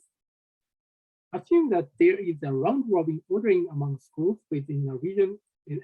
Within a region is defined. For example, in this bottom figure, there are 3 schools, C1, C2, and C3, and C1 and C2 are in the same region, where its maximum quota is 4. But there assume the maximum quota for each school is, for example, unbounded is also okay. And then, according to that ordering, each school deferred accepts one student as long as doing so does not violate individual or regional maximum quota. Otherwise, all remaining students applying to the school are rejected. So let's see the example on the bottom. So there are 5 students, A, B, C, D, E. And in the first round,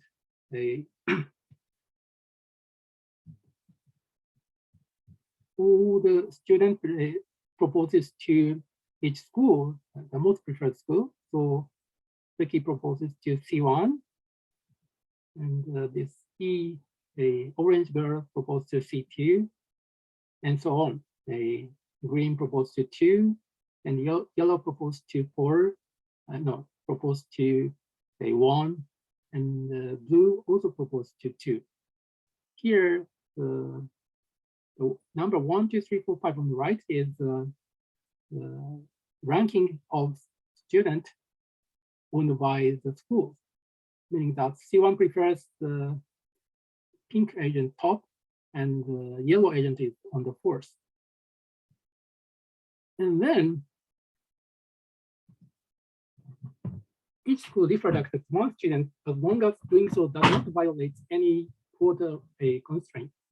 So accepting pink agent is not violating any max quota, and accepting orange is also okay, and the yellow is okay, and green is also okay because the regional maximum quota is 4. But the blue cannot be accepted because the regional maximum quota is 4.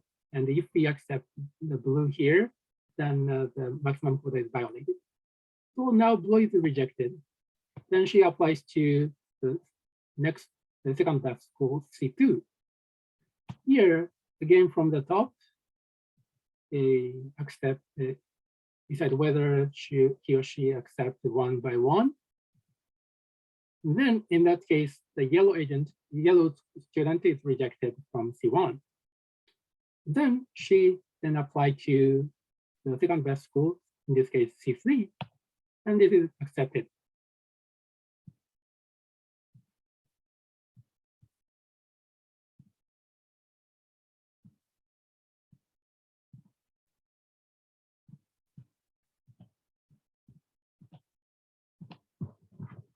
So flexible DA also has a very good theoretical guarantees. First, it is strictly proof and fair. Also, no student claims an empty seat, but there is a chance that the student originally claims an empty seat. Also, flexible DA is importantly more flexible than the artificial cap approach that is in current use in Japan. So more students can be assigned to a popular school. And the obtained matching is optimal within all matchings that satisfy some stability requirement, a so-called Hatfield minimum stability, but the definition is a bit too complicated and not very intuitive. Anyway, so handling this kind of general constraint is very interesting, theoretically interesting, and also a practically important direction of many-to-one matching. So here I'll show the formal model of the matching with general constraint. All the notations are almost the same, except for the description of distributional constraint. Here, a mu is an allocation vector that describes the, no, not mu, it's a b. B mu is an allocation vector that describes the number of students allocated to each school. So this is defined as the cardinality of the number of students, cardinality of mu C1, mu C2, and so on.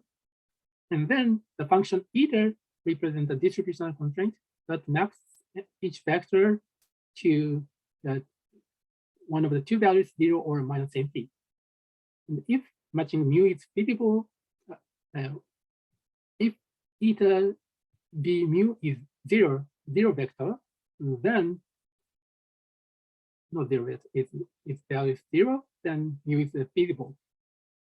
If the value of the vector is minus MC, then that matching is not feasible. in that vector representation, we can represent various kind of constraints. In a standard model, only constraints are individual maximum quotas. For example, there are two schools, C1 and C2, and the maximum quota are 3. Then the feasible vectors from the hyperrectangle. In this purple space, we can choose one vector as an outcome, or cardinality of the matching. And further, a bit more complicated definition of a class of constraints are, for example, heredity or M-natural convex set. Intuitively, heredity requires that if vector B is feasible, then any vector smaller than B is also feasible. Also, M-natural convex set requires that on the space of the feasible vector, there is no hollow. So on the left figure, the hereditary and M-natural convex set is shaped something like this. Also on the right figure, this constraint is hereditary, but not M-natural convex. So I will briefly show the definition of M-natural convex. We say a set of M-element vectors B is an M-natural convex set if for all two vectors B and B prime and an ith element where Vi is strictly better than Vi prime, the following condition hold. And where we can find another index J that might be empty, or another index K, whether Vk is strictly smaller than Vk prime, and such that V minus Ei plus Ej is in V. And V prime plus Ei minus Ej is also in V, the set of vectors. Here, Ei is an M-element vector where its ith element is 1 and the other elements are 0. Also, we define E0 as an M-element 0 vector. So it's an a extension or discrete version of a convexity definition. So regional maximum and minimum quotas are M-natural represented as M-natural convex constraint. And affirmative actions with soft minimum quotas are also M-natural convex. Students are divided into different types and soft minimum quotas specified to each type, like lower incomes and race difference and so on. Also, we can consider distance constraints. For example, any matching that is close enough to an ideal distribution is acceptable. And if it's too far from an ideal distribution, it cannot be accepted.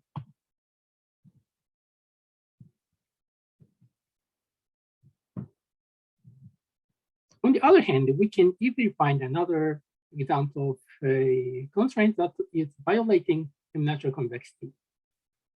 One such example is so-called project student room assignment problem, where we want to assign student and a room to each project.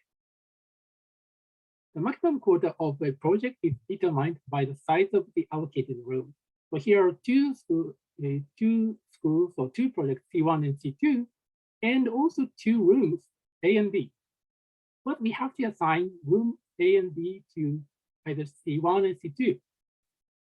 But here, the capacity of each room is such that the capacity of A is 1 and capacity of room B is 4. So the possible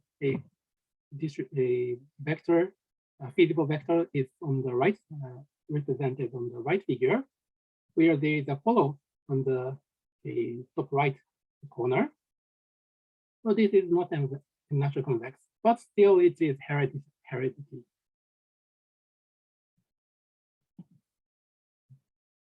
So there are several researches on this kind of general constraint on two-sided matchings. First question was, which class of constraint can be handled by the generalization of deferred acceptance? Answer is that the generalized DA can handle hereditary and natural convex set. Another interesting question is it possible to handle any broader class of constraints? And then there is one answer by another mechanism so-called adaptive deferred acceptance by Goto et al. In American Atomic Journal in 2016. Okay. Mimi, can I still speak, say 10 minutes? No, sure, no problem, no problem. Okay. Please feel free to, yeah, this is also very important. Thank you very much. So finally, I'll show you another algorithmically interesting mechanism, so-called top trading cycle, for achieving Pareto efficient matching. The idea is that first assign males to, so let's consider one-to-one matching problem. And the first assign males to females randomly. Then each female point to the female who is matched to her most preferred male. Here, she can point to herself if she's already matched with her most preferred male. Then there must be at least one cycle. Females in the cycle exchange males accordingly and leave the market. The rest of females repeat the same procedure until nobody remains. If there are same number of males and females, then finally the market is totally cleared. So let's see this example. 3 females, Alice, Beck, and Carol, and 3 males, John, Ken, Lee. The red circle indicates the initial random assignment. So Alice is randomly matched with Lee, and Becky is matched with Ken, and Carol is matched with John. So this is a starting point. And now females, these 3 females are going to trade their partners.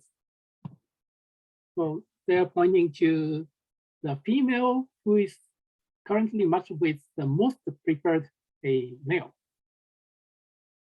So from Alice's perspective, John is the best.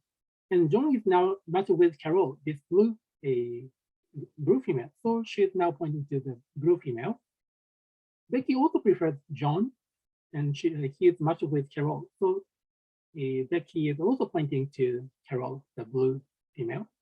The blue female prefers Lee, which is now matched with Alice, the yellow female. So now the blue is pointing to yellow. Here you can see the cycle between yellow and blue.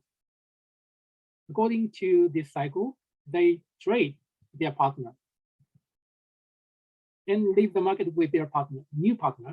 So Alice is matched with John, and Carol is matched with Lee, and leave the market. Finally, Becky is only the female in the market, with currently matched with Ken. So finally, Ken and Becky is matched and leave the market. So TTC is also strategy proof. If there exists a path pointing you, then you can open any object in the path. And the important thing is that the path remains as long as you stay in the market. You can get them anytime. So you don't need to choose any of them if they are not your first choice. Also, this TTC is Pareto efficient. In the first cycle, all females obtain their first choice.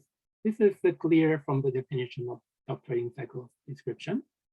Then, in the second cycle, if some females obtain her second best, her outcome cannot be improved without worsening some female in the first cycle, and so on. So final outcome is Pareto efficient under TTC. So TTC can be applied to general two-sided matching market with even for many-to-one situation. Each student points to her most preferred school, and each school points to its most preferred student. There must be at least one cycle, and each student in the cycle obtains a seat of the school she's pointing to and leave the market. The school is still in the market as long as there is some remaining seat on that school. If the school has no remaining seat, then the school also leaves the market. By this procedure, this is generalization of that top trading cycle for one-to-one setting. we can guarantee the strategy proofness and the parity efficiency for many one-two-sided matching. Okay, finally, let me briefly summarize today's lecture. So we learned some basics. In the first, we learned basics of game theory and mechanism design, especially the dominant strategy equilibrium. And then for auction part, I introduced second price auction and also first price auction. But first price is not strategy proof, but the incentive compatible in biodynamic equilibrium. The second price auction, also known as decree auction, is strategy proof in Lighten auction. BCD, the Vickrey Clark growth mechanism, is strategy proof combinatorial auction, but computationally really expensive. Then for two-sided matching part, I introduced deferred acceptance and its generalization to many form matching case, and also flexible DA and some variation of distributional constraint. And finally, I will briefly talk about top rating cycle, another class of strategy proof mechanism that can achieve parity efficient allocation. So this is the end of my lecture, and thank you for your listening. And Thank you. If you have any question, you can contact me by email. Okay. Yeah, thank you, Taki, for the very comprehensive and detailed talk. And I believe that you have, well, all the students here have learned a lot, not only the auction part, but also the matching part. So you see that in the matching part, from the basic one-to-one, there are many interesting extensions, right? So all these extensions, well, maybe at that moment, if you are doing the research, you may also think of this, but well, so, you know, research. So whoever thinks about this first will get, and get it done first, will get it published, right? So I guess I believe that this part is a very good example where you can add on the well-known model, some realistic constraints, which will give you more insights about the problem, right? So I hope that you benefit a lot here from the guest lecture. And then any further question other than the earlier questions you raised from the audience?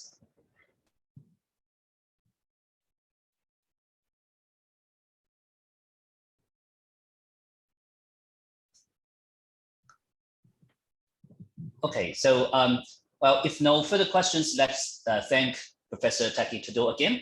Yeah, and then we'll come back after a 5 minutes break. Yeah, thank you, Taki.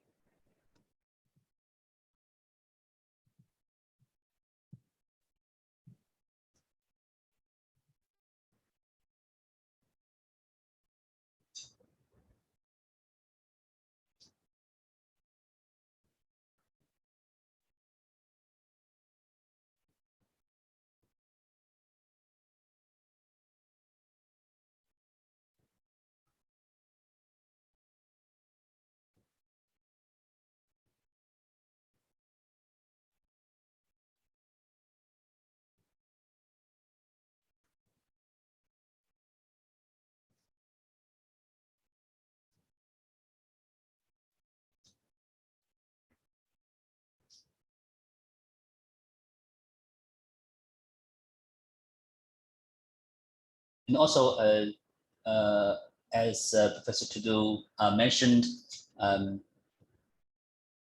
you can send email to him if you have further questions about this lecture, right?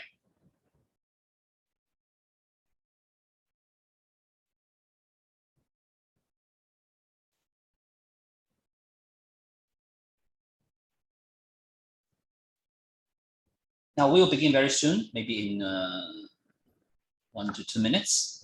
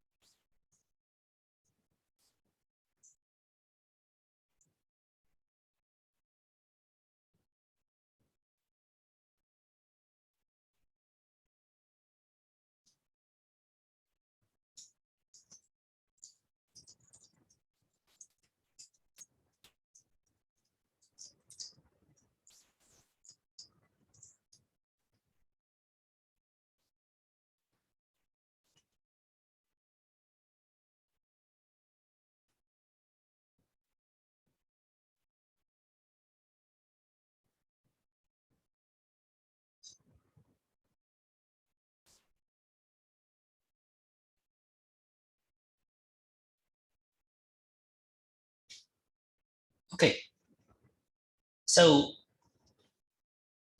before I continue with the one that is not finished in the last lecture yet, I would like to say something about midterm. After thinking a bit more, I realized that having midterm next week may not be that good because our assignment 2 is due the week after next, which means that before the midterm, you may not be able to know the answers to assignment 2. So which is a bit, well, not fair to you since they will be in the scope of the midterm. Therefore, I'm proposing the following to see whether you agree or not. So I'm proposing to postpone the midterm to week 11, which means 1 week later, but the scope will remain the same, which is up to this lecture. So basically, everything, every lecture up to now, today's lecture will be covered in midterm, but the one next week will not be covered. Okay, so basically the scope will not change, but the time will be 1 week later. Now, in order to be aligned with the assignment, so the assignment 2 due date will be 1 day earlier, which is Wednesday noon. So earlier it's Thursday noon, but now it becomes Wednesday noon time for assignment 2 deadline. So you need to submit assignment 2 2 weeks later by Wednesday noon. Okay, and after that, I will release the answer for assignment 2. Okay, so I'm just wondering whether this arrangement looks good to you. Let me just raise a simple polling. So if you think this arrangement is okay, click yes. Otherwise, click no.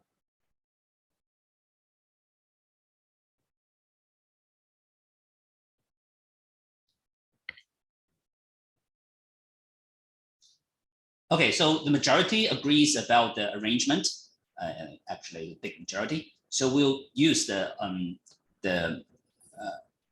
week 11 midterm.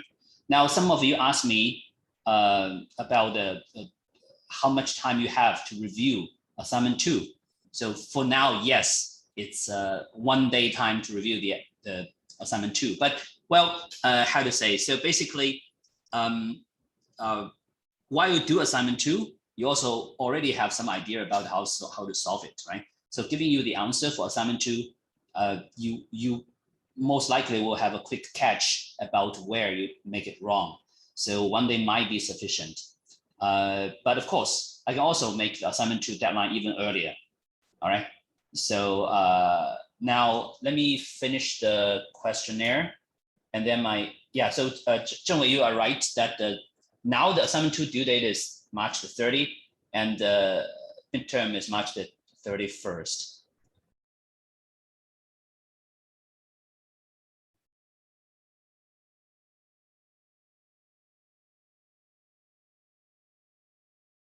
Yeah, the due of OJ will keep the same.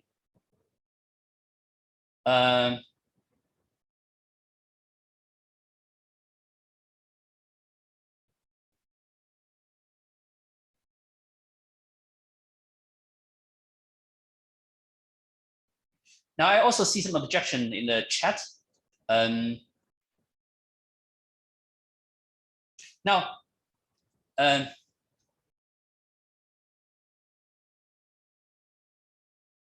well, so I'm just wondering, the objection is about the midterm or the assignment due date?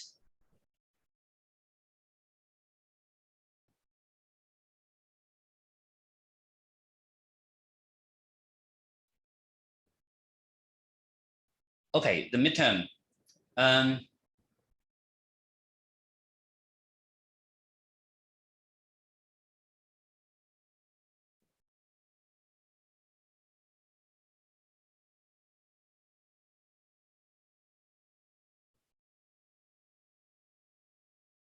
Okay, so basically about the earlier submission of assignment 2, nobody has any objection.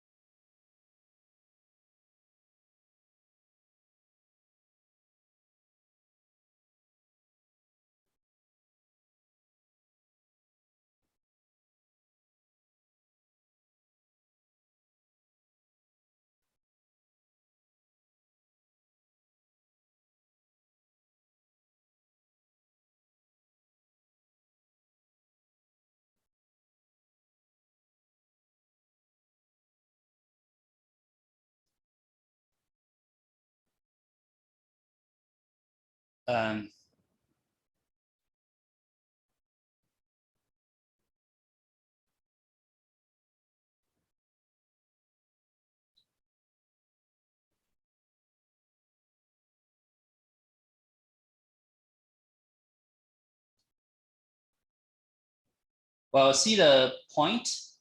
Let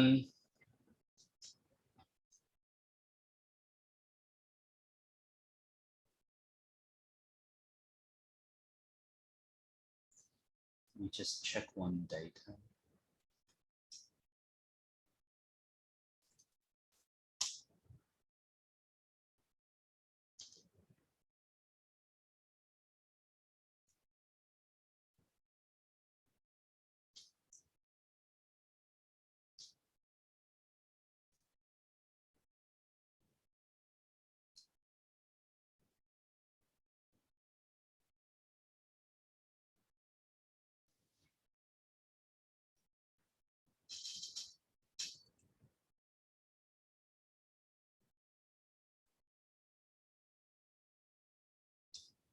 Let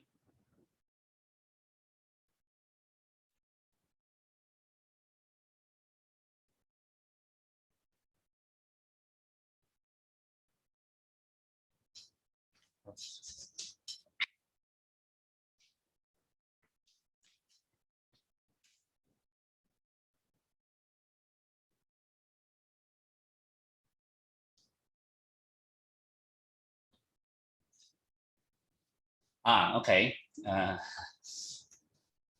I see some. Yeah, so that's not. Yeah, so some suggestion, but I guess that's not fair.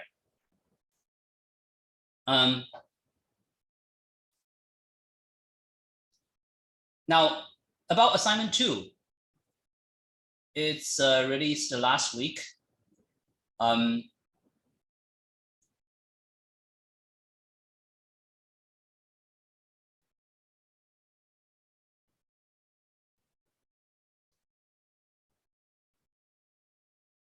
Well, so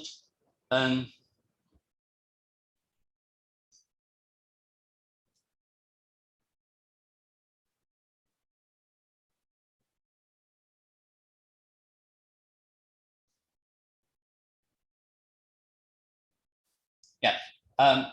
Now, so I believe that it brought up a controversial issue, but the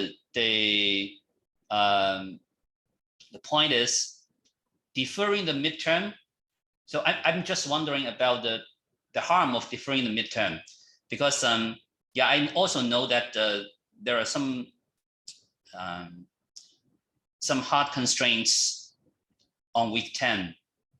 So deferring to week 11 is in some sense a compromise.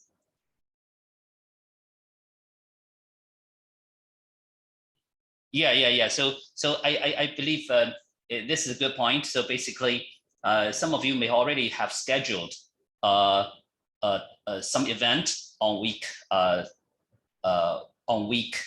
11, which makes the midterm on that week not feasible. So we not necessarily need to do the midterm at the lecture time. That's not necessary. So another possibility is we do the midterm somewhere during the weekend when all of you can join, right? So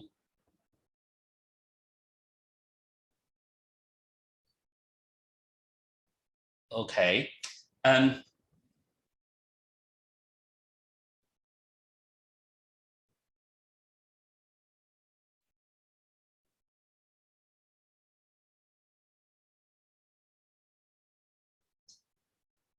Okay, so yeah, this issue.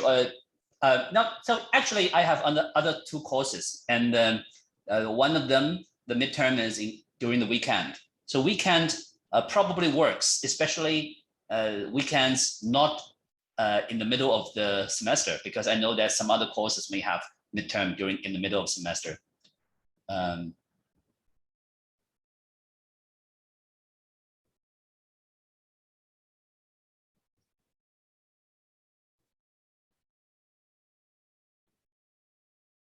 Yeah. So how about we do the midterm during week 10, but not on Thursday. Instead, we do it on Sunday or Saturday, some day like that. And then the assignment 2 due date will be shifted earlier by several days too. So will that work? So we are doing, okay. Yeah, so for assignment 2, right? So for the assignment 2, let me poll.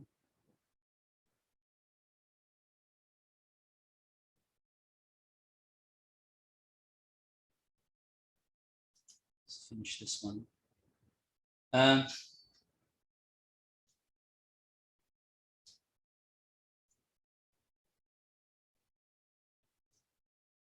So the so do not answer my question yet. Sorry, did not answer my question yet. Let me finish this one.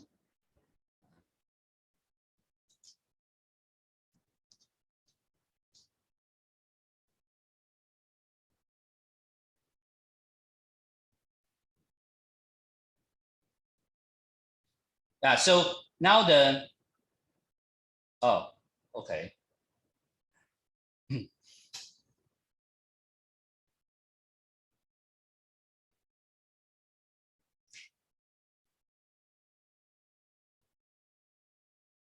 Yeah, so now I somehow get the point. So weekend may not be good for all of you, may not be suitable for all of you, which I believe, all right? How about evening time?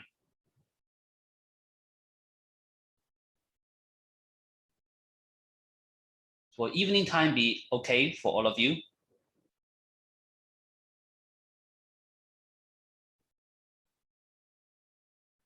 Now the midterm itself is, okay, I see, of other courses.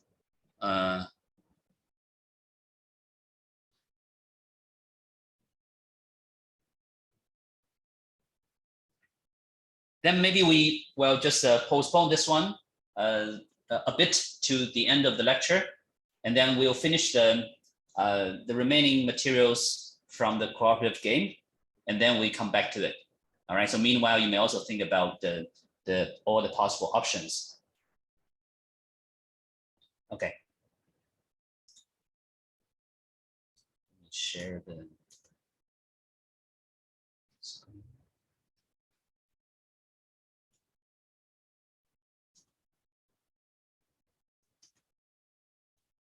Yeah.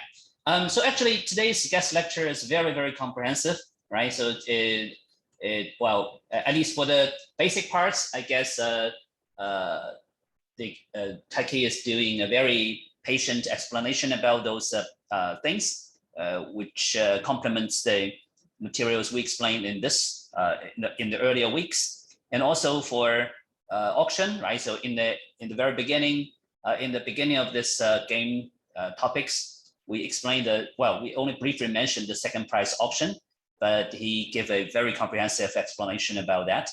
And then actually I have one in-class exercise. Yeah, so that in-class exercise is related to the auction. Now remember that Taiki mentioned that if you use the second price auction, then it's truthful, right? People will report the true value. And then if you use third price, then it's no longer truthful because the second player or the one who bid the second highest can cheat and probably can get more, right? Or so not probably, can always get more, right? So you cheat to be very high and he only paid the third price, he always get positive utility, right? Okay, or non-negative utility. So now the in-class exercise is, how about if we use the average of the second price and third price, then what will be the situation? Okay, so the question is, if the price you need to pay after you win is the average value of the second price and the third price, then will this mechanism be truthful? All right. If yes, prove it. If no, well, you need to explain something, right? You need to analyze something. is it very bad, right? So just like if you use a third price, it is very, so for the one who bid second highest, he can always cheat, right? So no matter what value he shares, he can always cheat. Now, will the average of second price and third price be as bad as that? Okay, so try to come up with some answers, some discussions.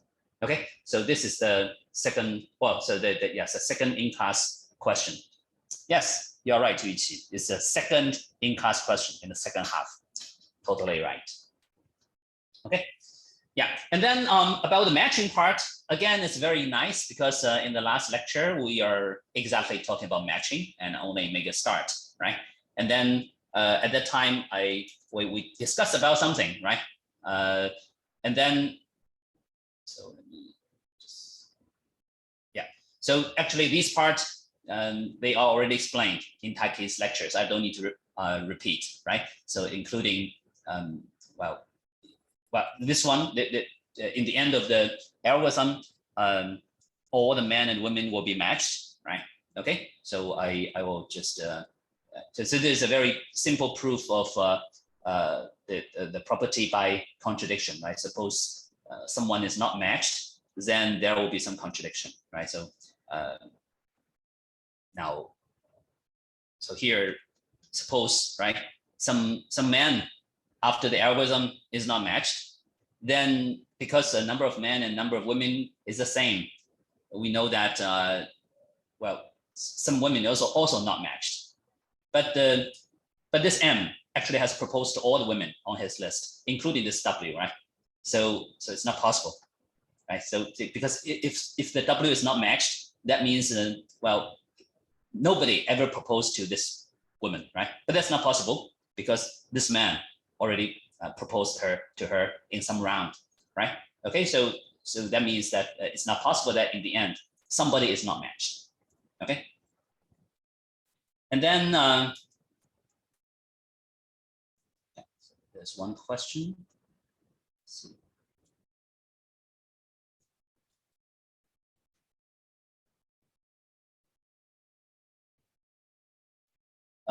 Okay, yeah. So about midterm, I will come back to it later. Yeah. Some of you may type the suggested dates, right? Now, another one. So the matching is stable. So by the Gale-Shapley algorithm, and also called deferred acceptance algorithm, right? And then the reason that it is stable, I guess, well, not guess. So they in Taki's lecture, he already explained, right? So I think that I do not need to do that. Okay. Yeah, and then this this algorithm is it wins the Nobel Prize. Now the theorem just says that the Gale-Shapley algorithm will terminate after n square iterations and finds a stable matching for any problem instance, right? Okay. And Yanning is asking why man has more advantage. I'm coming back. I'm coming to it very soon. Okay. And then this the history is something like this. It was proposed by David Gale and Lloyd Shapley, and it's published in 1962. And then they win the Nobel Prize 50 years later. Okay. And then now these things, the many-to-one matching, Taki's lecture already explained, right? So I just skip that. It's very, very related, right? So basically, the Gale-Shapley algorithm still works in this one-to-many setting. And then if somebody has some so-called unacceptable pairs, for example, some student would never go to a certain school, right? So if there are some kind of some impossible pairs, then it's also some kind of applicable by using this algorithm. Okay, and then and also there are cases where the men and women their numbers are not the same, right? Okay, now so this part, I guess it's all also explained a bit in Taki's lecture. Well, so something which is not covered by Taiki's lecture is a so-called indifference, right? Because earlier we always assume that you have some preferences. Okay, so well, you prefer the first one to the second one, and the second one to the third one, etc., etc. But sometimes there are ties. For example, when the schools are admitting students, and then it may divide the regions into several groups, right? And then so there are some preference order. For example, in a certain well, so for any region, right? Any region, and then if they have sibling in the school, and then if they are the so-called COE, and then it's always better than not COE. Okay, so basically you can compare different profiles, right, with some attributes. Okay, and then you say, okay, this pair is always better than that pair. But within each group, all right, within each group, now the COE has many different meanings, right? So it's a, for example, it can be a center of excellence, right, or some other terminology. Basically, it may be some kind of special status of a student. All right. So if the student have that special status, he or she will be preferred, well, to another one which has no such status, right? So it's just a status description. And then within each group, right? So within each group, then the school is indifferent about which student is which, right? So because we will not say, if this student, his parents works in government, then I prefer this student. You will not do that, right? So basically, as long as the students, they have the same important information set, and then they will be treated the same way, all right? So they will be considered the same. And then with ties, so these are ties, right? So with ties, and then we can define the so-called weak stability, all right? So weak stability means that you should not have any pair MW such that M and W strictly prefer each other to their current partners, all right? So in the existence of tie, this requirement is quite strong. And that's why we call it weak stability, because, well, there could be the case where man does not prefer the other one strictly, just consider the same. And the woman consider the man strictly better than her current partner. And in this case, well, it's also somehow improving by breaking the current matching, right? But in weak stability, it does not consider this kind of violation as a real violation, because not each of them, right? Not each of them prefer the other strictly. So if that's not the case, it's still okay. It's still relatively stable, all right? Okay. Now this is weak stability. And then again, the Gale-Shapley algorithm works in this setting. So you see that this Gale-Shapley algorithm and also its variations, they're very, very powerful, can handle many different extensions. And in Taiki's talk, you already see that, well, there are also other variants like regional quota, maximum quota, minimum quota, right? So all these things, they are very natural, and then they can be solved by the Gale-Shapley algorithm or adapted Gale-Shapley algorithm. Okay, so now I'm coming to the so-called man optimal matching, okay, stable matching.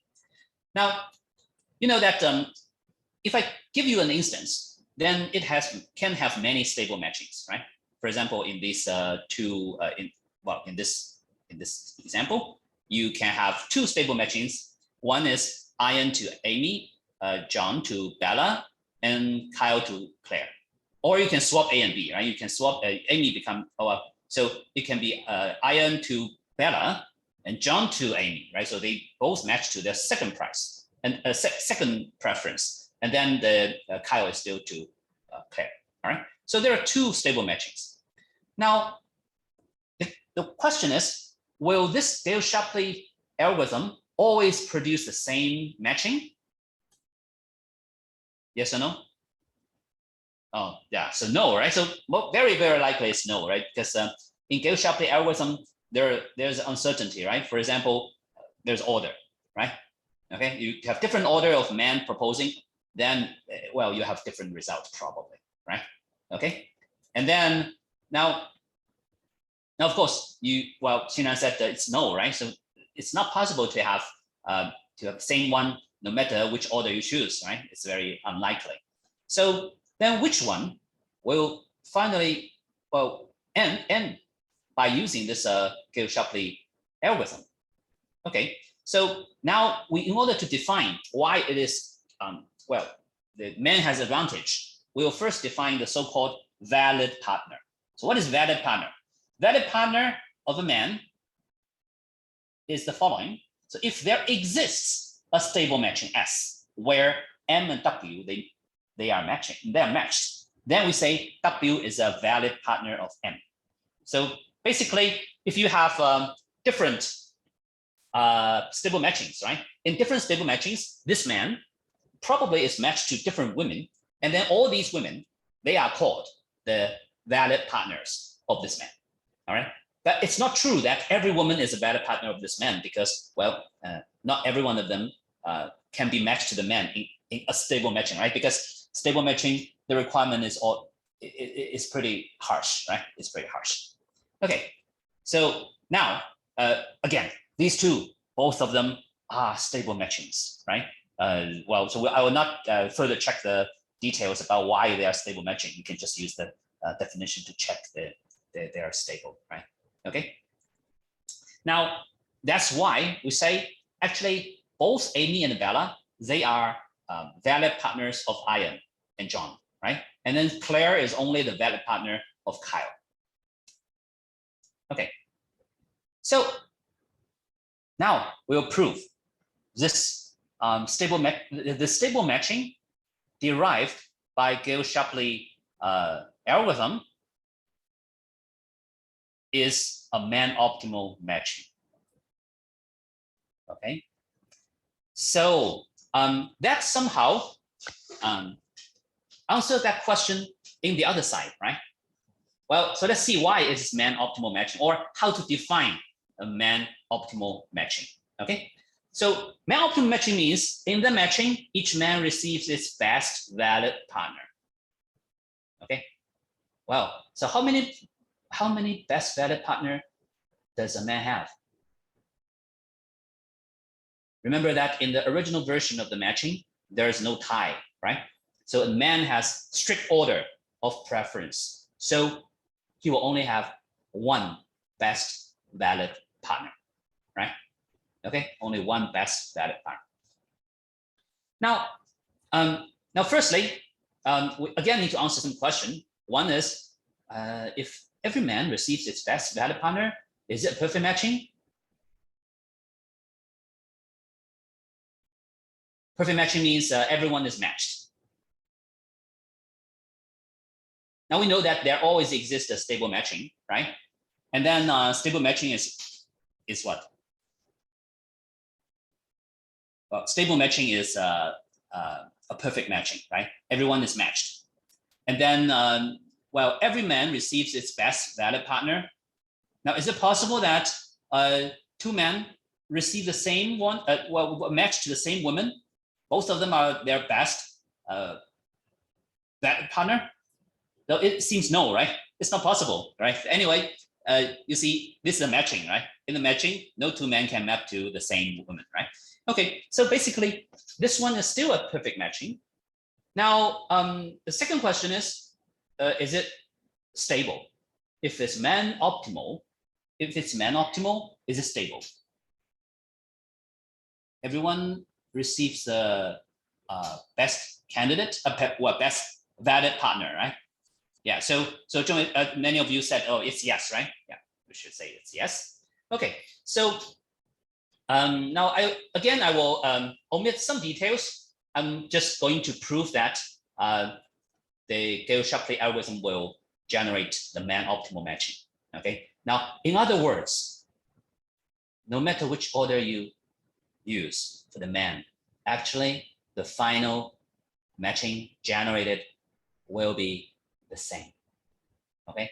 Well, this somehow is a bit counterintuitive, right? Because earlier we said that, oh, it's very likely that you didn't specify the order of man proposing, right? So it's very natural to think, well, actually the result, the stable matching you have in the end could be different, right? If you have different order of proposing from man. But it turns out that, well, it will arrive or result in a same matching, no matter which order you adopt on the man side. And then we are going to show this GS will give you the man optimal matching. And then the proof is by contradiction. And again, I'm only giving you a high level idea. There are some technical details which I will not dig into. Okay, so the proof by contradiction is the following. Now, contradiction says, suppose some man is not matched to the best valid partner. All right. If some man is not matched to his best valid partner, then what will happen? So then that means there must be some man rejected by a valid partner. Why? Now remember, when man propose, right? He always propose to top preference first. Okay. So what does it mean? It means that if no man is ever rejected by any valid partner, then he will be matched to the top valid partner because he will propose according to the order, right? Top one, second one, etc., etc. So if he is never rejected by any valid partner, then he must be matched to the top valid partner, right? And then it's man optimal according to the definition. So you see that, actually, there must be someone who is unlucky, who is rejected by a valid partner, right? Okay, now, so this is becomes a very important proof trick. So now we consider the first time this happens, because in Gale-Shapley value, men proposing and women is rejecting, right? So there must be a first moment when some woman rejected a valid partner of man. Okay, so some man proposed to his valid partner, and this woman says, "Oh no, I will reject you because I already have a better candidate than you, so I reject you," right? Okay, so this must be happening sometime, and then we focus on the first time that this happens. Okay. Now we denote Y to be the one who are rejected at this point, and A is the woman who rejects at this point, and then she rejects Y because she has a better candidate Z, right? Okay, so let's look at the figure. All right, now this is a figure showing the current situation. You see that A, right? A rejects Y, and A is, well, actually mapped to Z. All right, now you see that we have some definition here. Now suppose we know that Y and A, right? Y, A, they form some valid partners, right? So Y is A's valid partner, A is Y's valid partner. And then in that stable matching, where A and Y are matched, then at that moment, in that matching, Z must be matched to some other person, some other woman. Suppose it's B. So in that stable matching, it's YA, ZB. All right? Okay. And now at time T, you see Z is matched to A, right? Because, well, A reject Y. So he says, because I have a better candidate Z, so that's why I reject you, right? Reject Y. So at that moment, Z is already matched. Well, A already accepts the proposal from Z, right? Okay. Now, what can we say about this? So we can conclude something. Now, we know that at that moment, when A reject Y, Z must not have proposed to B. Now, this is very important. Okay. Now let's look at this. So Z, you see, Z is, let me just show you a bit more arrow. Okay. So this A, right? So Z is already tentatively accepted by A. And then we claim that Z has not proposed to B yet. Why? Well, so if Z has proposed to B, and then B rejected Z, then this will happen before the current Y proposed to A. Okay, remember, we said that Y proposed to A and get rejected is the first moment, right? Is the first such case where somebody proposed to valid partner and gets rejected. So Y proposed to A, get rejected is the first occurrence of such thing. So that means Z proposed to B and get rejected. This cannot happen because B is Z valid partner. And then Z proposed to B, get rejected. This one cannot happen before Y proposed to A, get rejected. Okay, because Y proposed to A, get rejected is the first occurrence of such phenomena. So that means now Z is tentatively with A. And then Z didn't propose to B yet. That means what? That means Z prefers A to B, right? Because Z prefers A to B, he proposed to A first. If A rejects him, then he will propose to somewhere below to B, right? Now, you see that according to the reasoning we just have, Z cannot be rejected by B before this time. So that means Z didn't ever propose to B, right? Because, well, because now, you see that now Z and A, they are somehow matched, right? So Z must propose to A at some moment before T. And then he didn't propose to B yet before. So that means A's position is higher than B's position in the view of Z. So you see that now Z prefers A more than B. And A also prefers Z more than Y. Okay, then what does it mean? You know, Y, A, Z, B, they are in some stable matching, right? They are in stable matching. But now you find that one pair, it is somehow blocking, right? So one pair, A, Z, they're blocking each other, right? Z likes A more than his partner B, and A likes Z more than her partner Y. That's not good, right? So, well, this is a contradiction. Now, where does the contradiction come from? The contradiction comes from that we assume there exists some man who is not matched to his first priority valid partner, right? Okay. Now, with this contradiction, you know, actually, every man is matched to his top valid partner. And that's why the result from Gale-Shapley algorithm is man optimal matching. Okay. Now, of course, I do not expect every one of you to get 100% of this because it's a bit twist, right? But the general idea is there, right? So we may spend a bit more time to review this part. Now I will use a few more minutes to explain this. Now we know that it's man optimal, right? So you may guess, oh, then for women, it may be very bad. So is that true? Yes, it's indeed true because the matching derived by Gale-Shapley algorithm, in this matching, each woman will get her worst valid partner. Okay, so there's also proof about it. Okay, so the proof is that, again, contradiction. Okay, suppose woman A is matched to Z, but Z is not her worst partner. Okay, worst valid partner. Then what will happen? Okay, now suppose A's worst partner is not Z, it's a Y. Okay, and then A prefers Z to Y as well. Well, Z is not worst, Y is worst, right? So now suppose there is a stable matching with A matched to Y. Okay, and then Z matched to B. Okay, this is stable matching. And then you see that because GS outputs man optimal matching, right? So that means Z prefer A to B. Okay, so Z prefer A to B.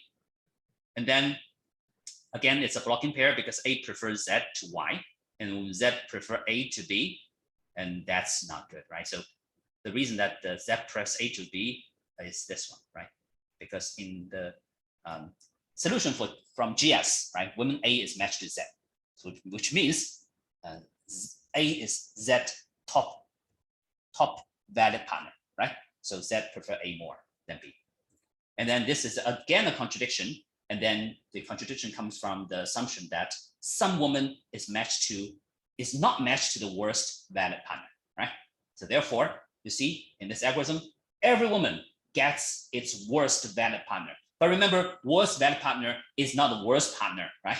Okay, it's a worst valid partner, which means somehow it will exist in some stable matching, right? Okay, so I guess I would just complete this part here. Okay. Yeah, so now we come to the midterm.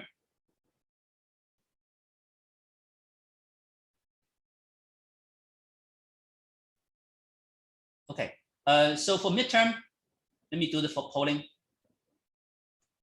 So the first polling is about assignment due date. Now the assignment due date is week 11, Wednesday. All right. So how many of you support making the assignment due date 1 week early to next Wednesday?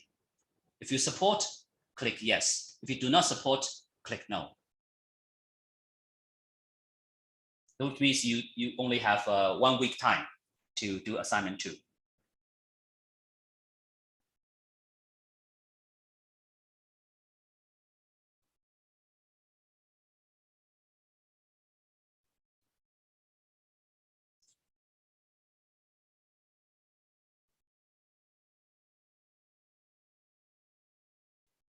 Okay, so I guess I have sufficient counts.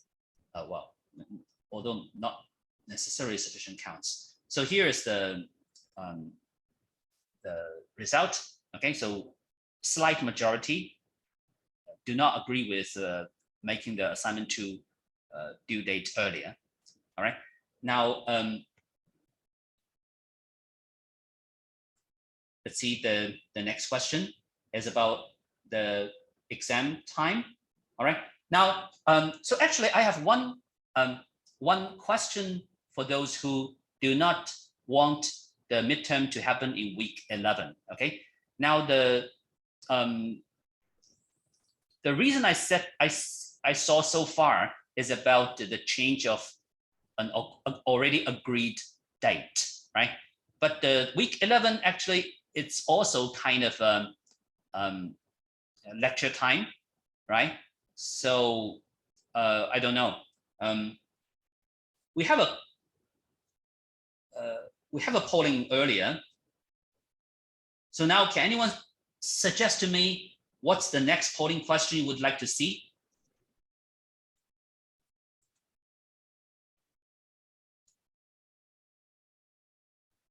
Oh, okay.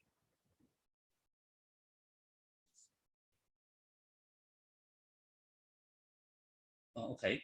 Yeah, so let me just ask a private question.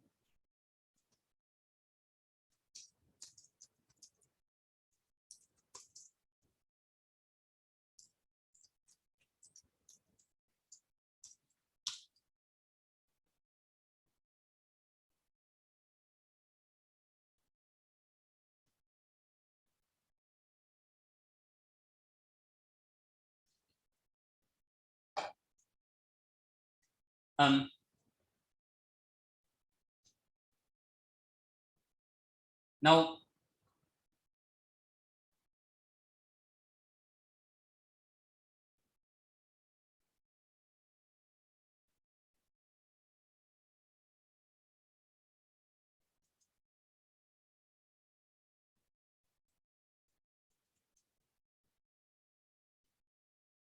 well, so I didn't see the answer yet, but oh, okay. Now, now it becomes I know, now I totally understand because earlier I also have some hard constraints about the, yeah, so now I totally got the picture. I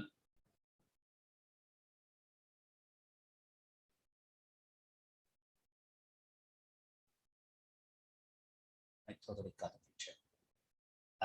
Let me see.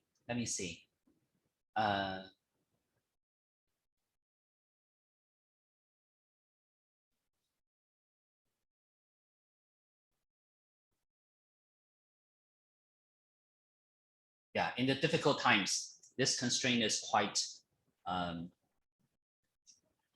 hard to address.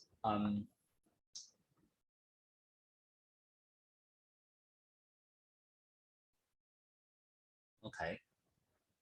Yeah. Okay. Yeah. So let me do this. Okay.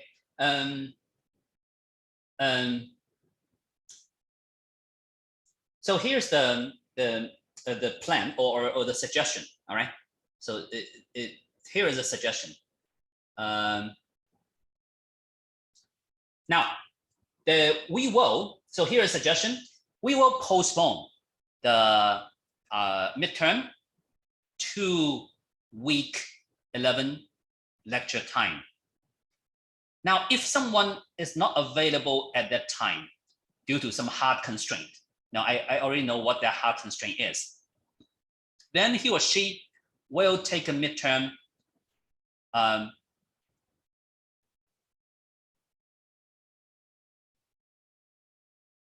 at another very close time.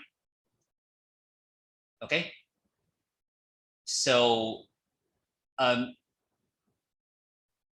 now let me just ask one more question about the Saturday option. Yeah. Yeah. Now basically, you will take a somewhat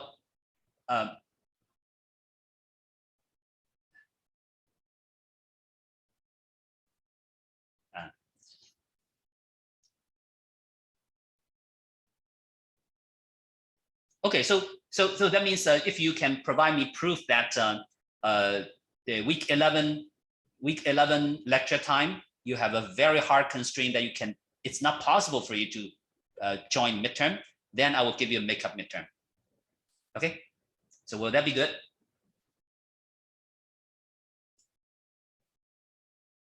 Yeah, great. So now let me do the last polling. Okay, so is this arrangement okay? Yes, it's okay. No, it's not okay. So majority of you will do the midterm in week 11 after assignment 2 is due. All right. And then for those who physically cannot join, then you can take a makeup exam, which I will arrange. And then your assignment 2 will be due on week 11. So basically, I will send a message here. All right. Now assignment due date is assignment 2 due will be week 11 Wednesday noon. Okay, and then midterm due will be week 11 Thursday 1 o'clock. Now on Thursday, yes. On Thursday, 12 o'clock, I will explain the tutorial question. Oh, sorry, no. Yeah, that one. Yeah, forget about that one, because if we postpone the midterm, then week 10 we'll start a new topic. Okay, and then in the end of week 10's lecture, we'll explain tutorial 1. Okay, so this is the tentative schedule. All right. Okay. Yeah. Thank you. Really, it's these kind of constraints is it's just well, blocking some days for sure, right? So no matter which day I choose, there will always be these hard constraints. So so it's inevitable. All right. Now the answer will be released. The answer for assignment 2 will be released immediately after the due date of assignment 2. And then the OJ will still be due on the last day of week 11, because on week 11 we'll release the third assignment. Yeah, we may release in week 11 we'll release the third assignment. And the midterm, yes, Tim, you're right. The midterm will cover until this week's content. Okay, not next week. We'll not include next week in. Okay.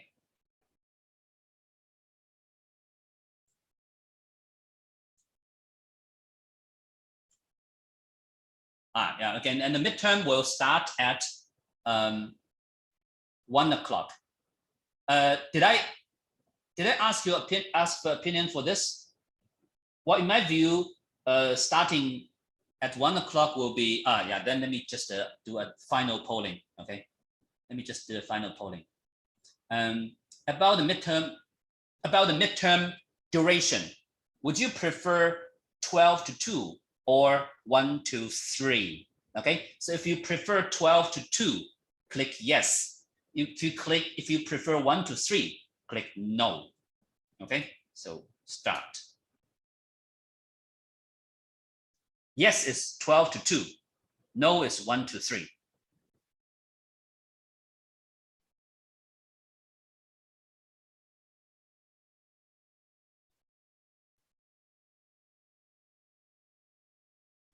And she asked me if 12, then what is the time arrangement for 2 to 3? Okay, if it's 12, then 2 to 3 will be some tutorial session, I think, or some lecture session completing the one we didn't finish yet in the earlier part. Yeah, so basically, I received quite many response. So here is the result. A majority of you prefer 1 to 3.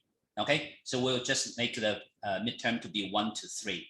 12 to 1, I will use it to explain something and also leave some time for you to ask questions in case you have some last minute question. And also we'll arrange some Q&A session during that week, week 11, okay, so that you can ask me questions. Now, well, the last thing is about what's the ideal time for Q&A questions? Do you have some suggestion with the time that is good for everyone? Or maybe you prefer the Q&A session to be in the lecture time. For example, next lecture, I do not spend so much time explaining new things. Maybe I will leave some time for question and answering. Okay, so I see some suggestion of a lecture time. Okay, then how about the following following arrangement? I will use the first 2 hours in the next lecture to explain new things, and use the last hour to do the Q&A. And then actually, as I said, I will explain tutorial 1, right? So tutorial 1 will still be explained, but explaining tutorial 1 does not take much time. Maybe it only takes 10 minutes at most. Okay, so now I will reserve the 3rd hour next week to be Q&A. Okay.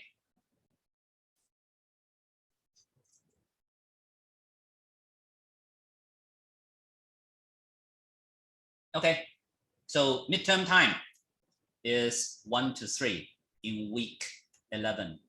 All right.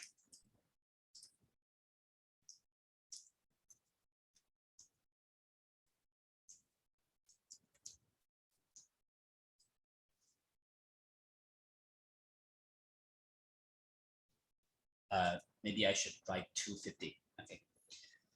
Yeah. Now, any further question?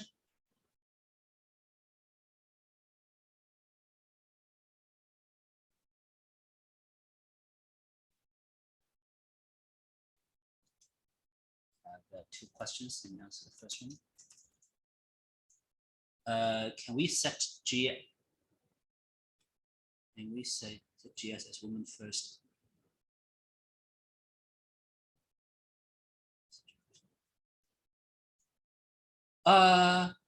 Okay, so if the GS algorithm is woman first, then it is woman optimal. Then it is woman optimal. Yeah, you can say so because it's symmetric, right? If you use woman to propose, then there will be woman optimal solution. Yeah, yeah. Okay.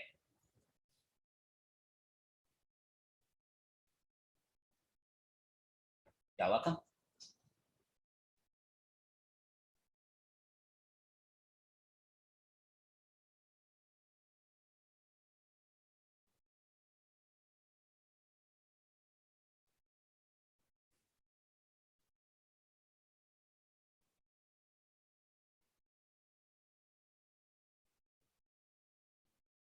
Yeah, so the official time is over. Feel free to leave.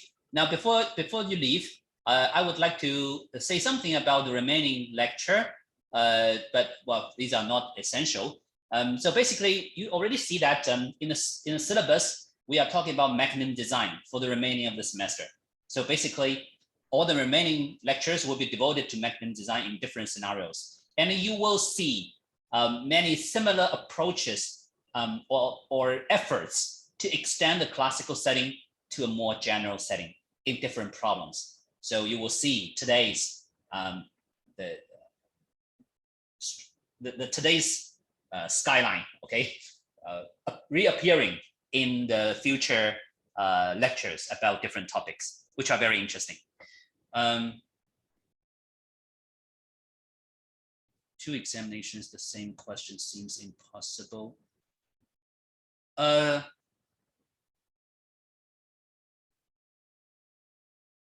Well, so makeup definitely will not be the same question.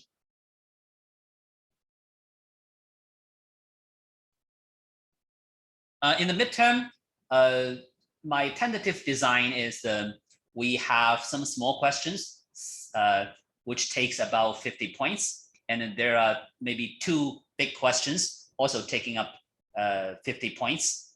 Okay, so you may anticipate that there are about 7 to 8 questions in total. 2 of them are some big questions. Will the time be tight? This is a very good question. I'm not sure. All right. So, but one thing is for sure,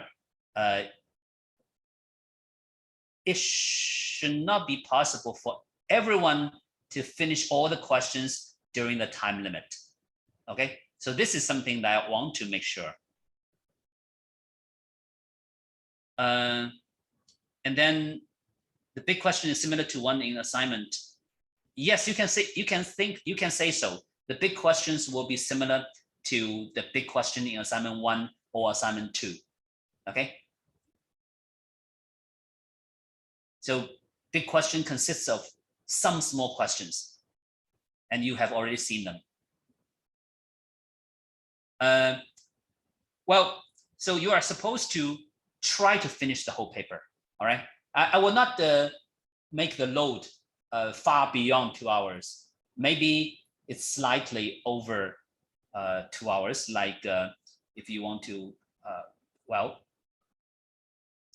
complete everything very accurately, you may need 2 hours and 10 minutes, something like this. Okay. Well, it's very hard to say, right? So when I design the questions, I will try to make sure this happens, but it depends on the population, right? So maybe I underestimated your ability, and actually half of you can finish the whole question paper within 2 hours. That's also possible, right?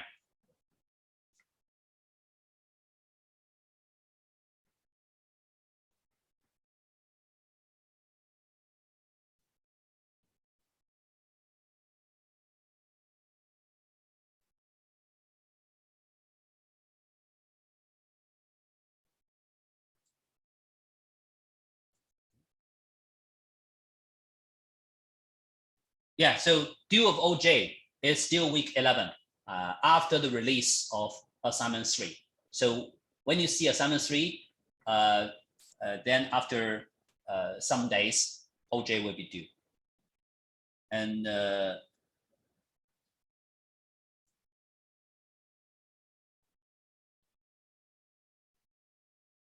oh, sorry, I'm answering the wrong question. It's already answered. Okay, I believe that you will be underestimated.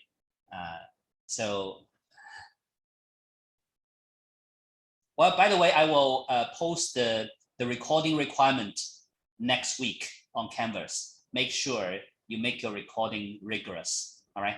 Because we need to do invigilation in a rigorous way. So make sure that your recording follows the guideline. Okay, and another question is, can I tell you the designed average score for quiz? Okay, yeah, that's okay. Let me think. the design average score for the quiz will be in the in this range. Oh, sorry, my fault. It's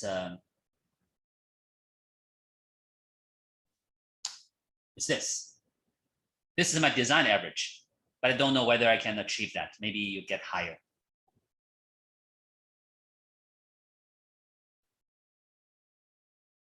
Yeah, 50 to 60 over 100.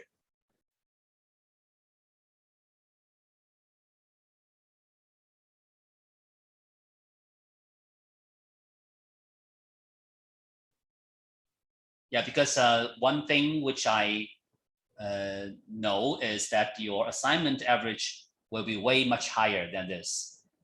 So the midterm is something which is trying to make the final coursework not too high. Okay, but it does not mean it will be very difficult. So there could be some questions which are a bit challenging, but in order to safeguard the average, there will be also easy questions.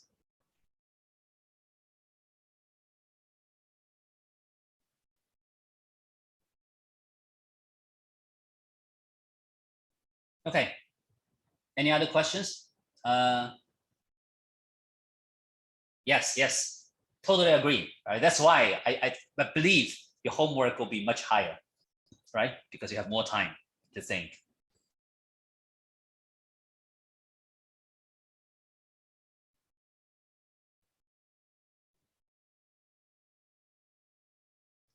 So just to, yeah, so for next week, we'll start a new topic called fair division. All right, so it's also a very, very interesting dimension of mechanism design. The PowerPoint of the lecture, I will contact the lecturer, the guest lecturer after this session so that he can send me the PDF. All right, and then I will post it on Canvas. I guess most likely within today.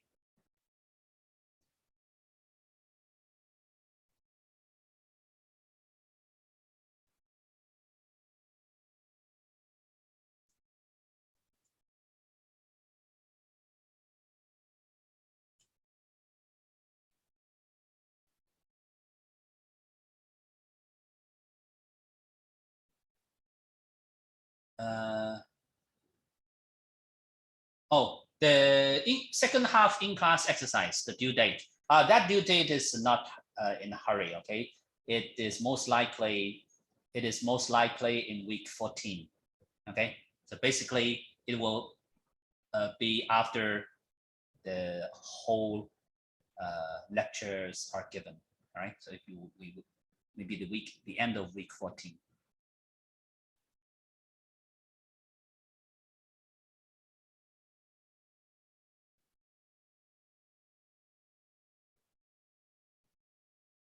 Okay.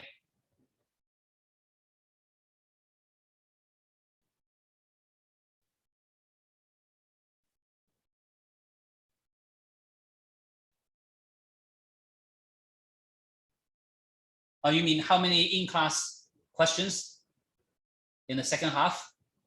Well, I believe it's comparable to the first one. It will be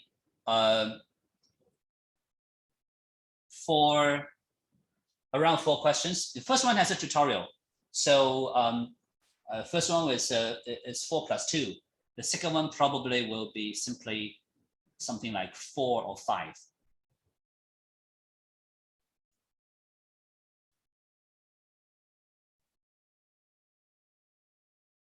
Okay.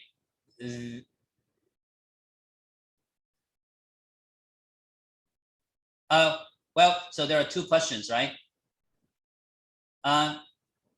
The second in-class question today is about the option, right?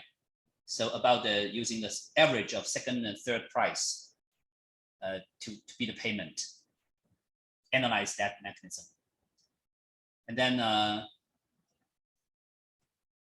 when to release the grades of assignment 1 and the first half in-class exercise. Okay, so grades for assignment 1 will be released early next week. I will ask my TA to mark. Yeah, so basically it's already deadline, right? So I will ask them to work over the weekend, try to finish it early next week. And for in-class exercise, it will be a bit late, maybe early week 11.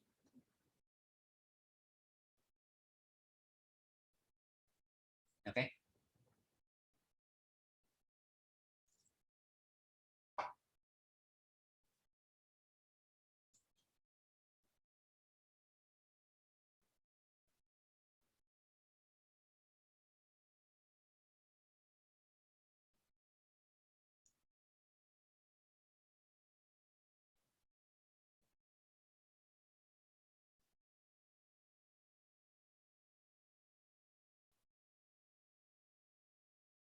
Okay. Now, if there are no further questions, let's see each other next week.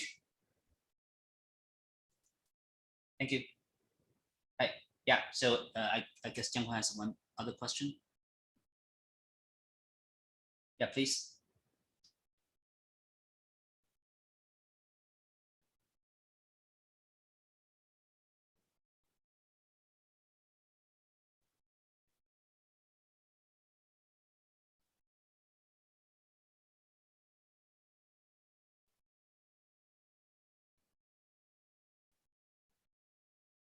Actually, I do not have a very good memory. All right.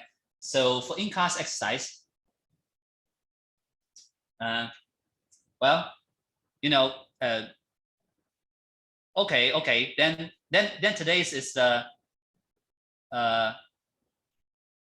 anyway, I also have a bad memory, but I believe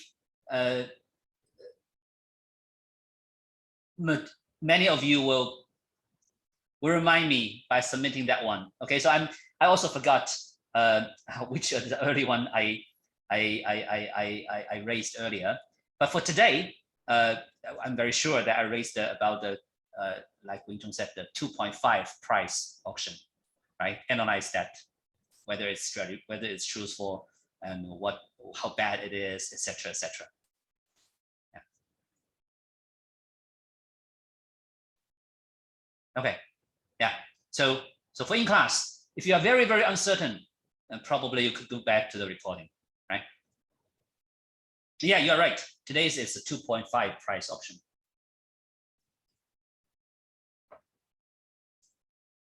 Okay.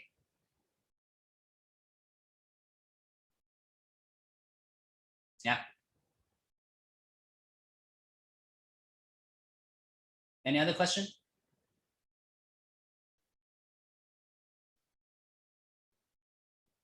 Repeat which question? 2.5 price? Oh, okay, so that means the one who bid highest will get the item, but he or she need to pay the average of the second bid and the third bid.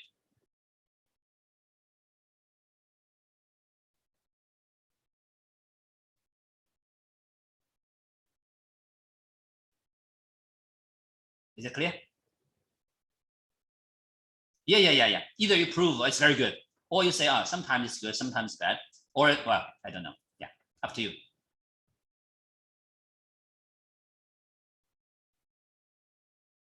Yeah, thank you.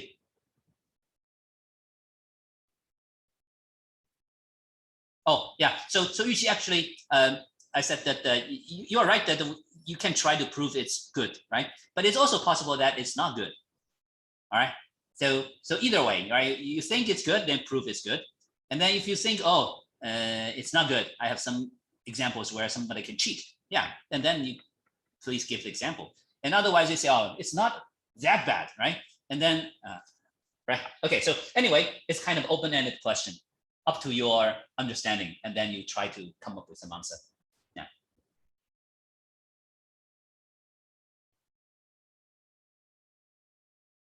Okay. Yeah. Thank you.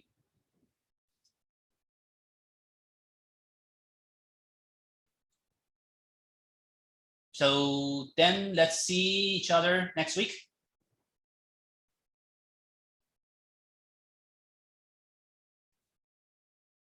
See you. See you.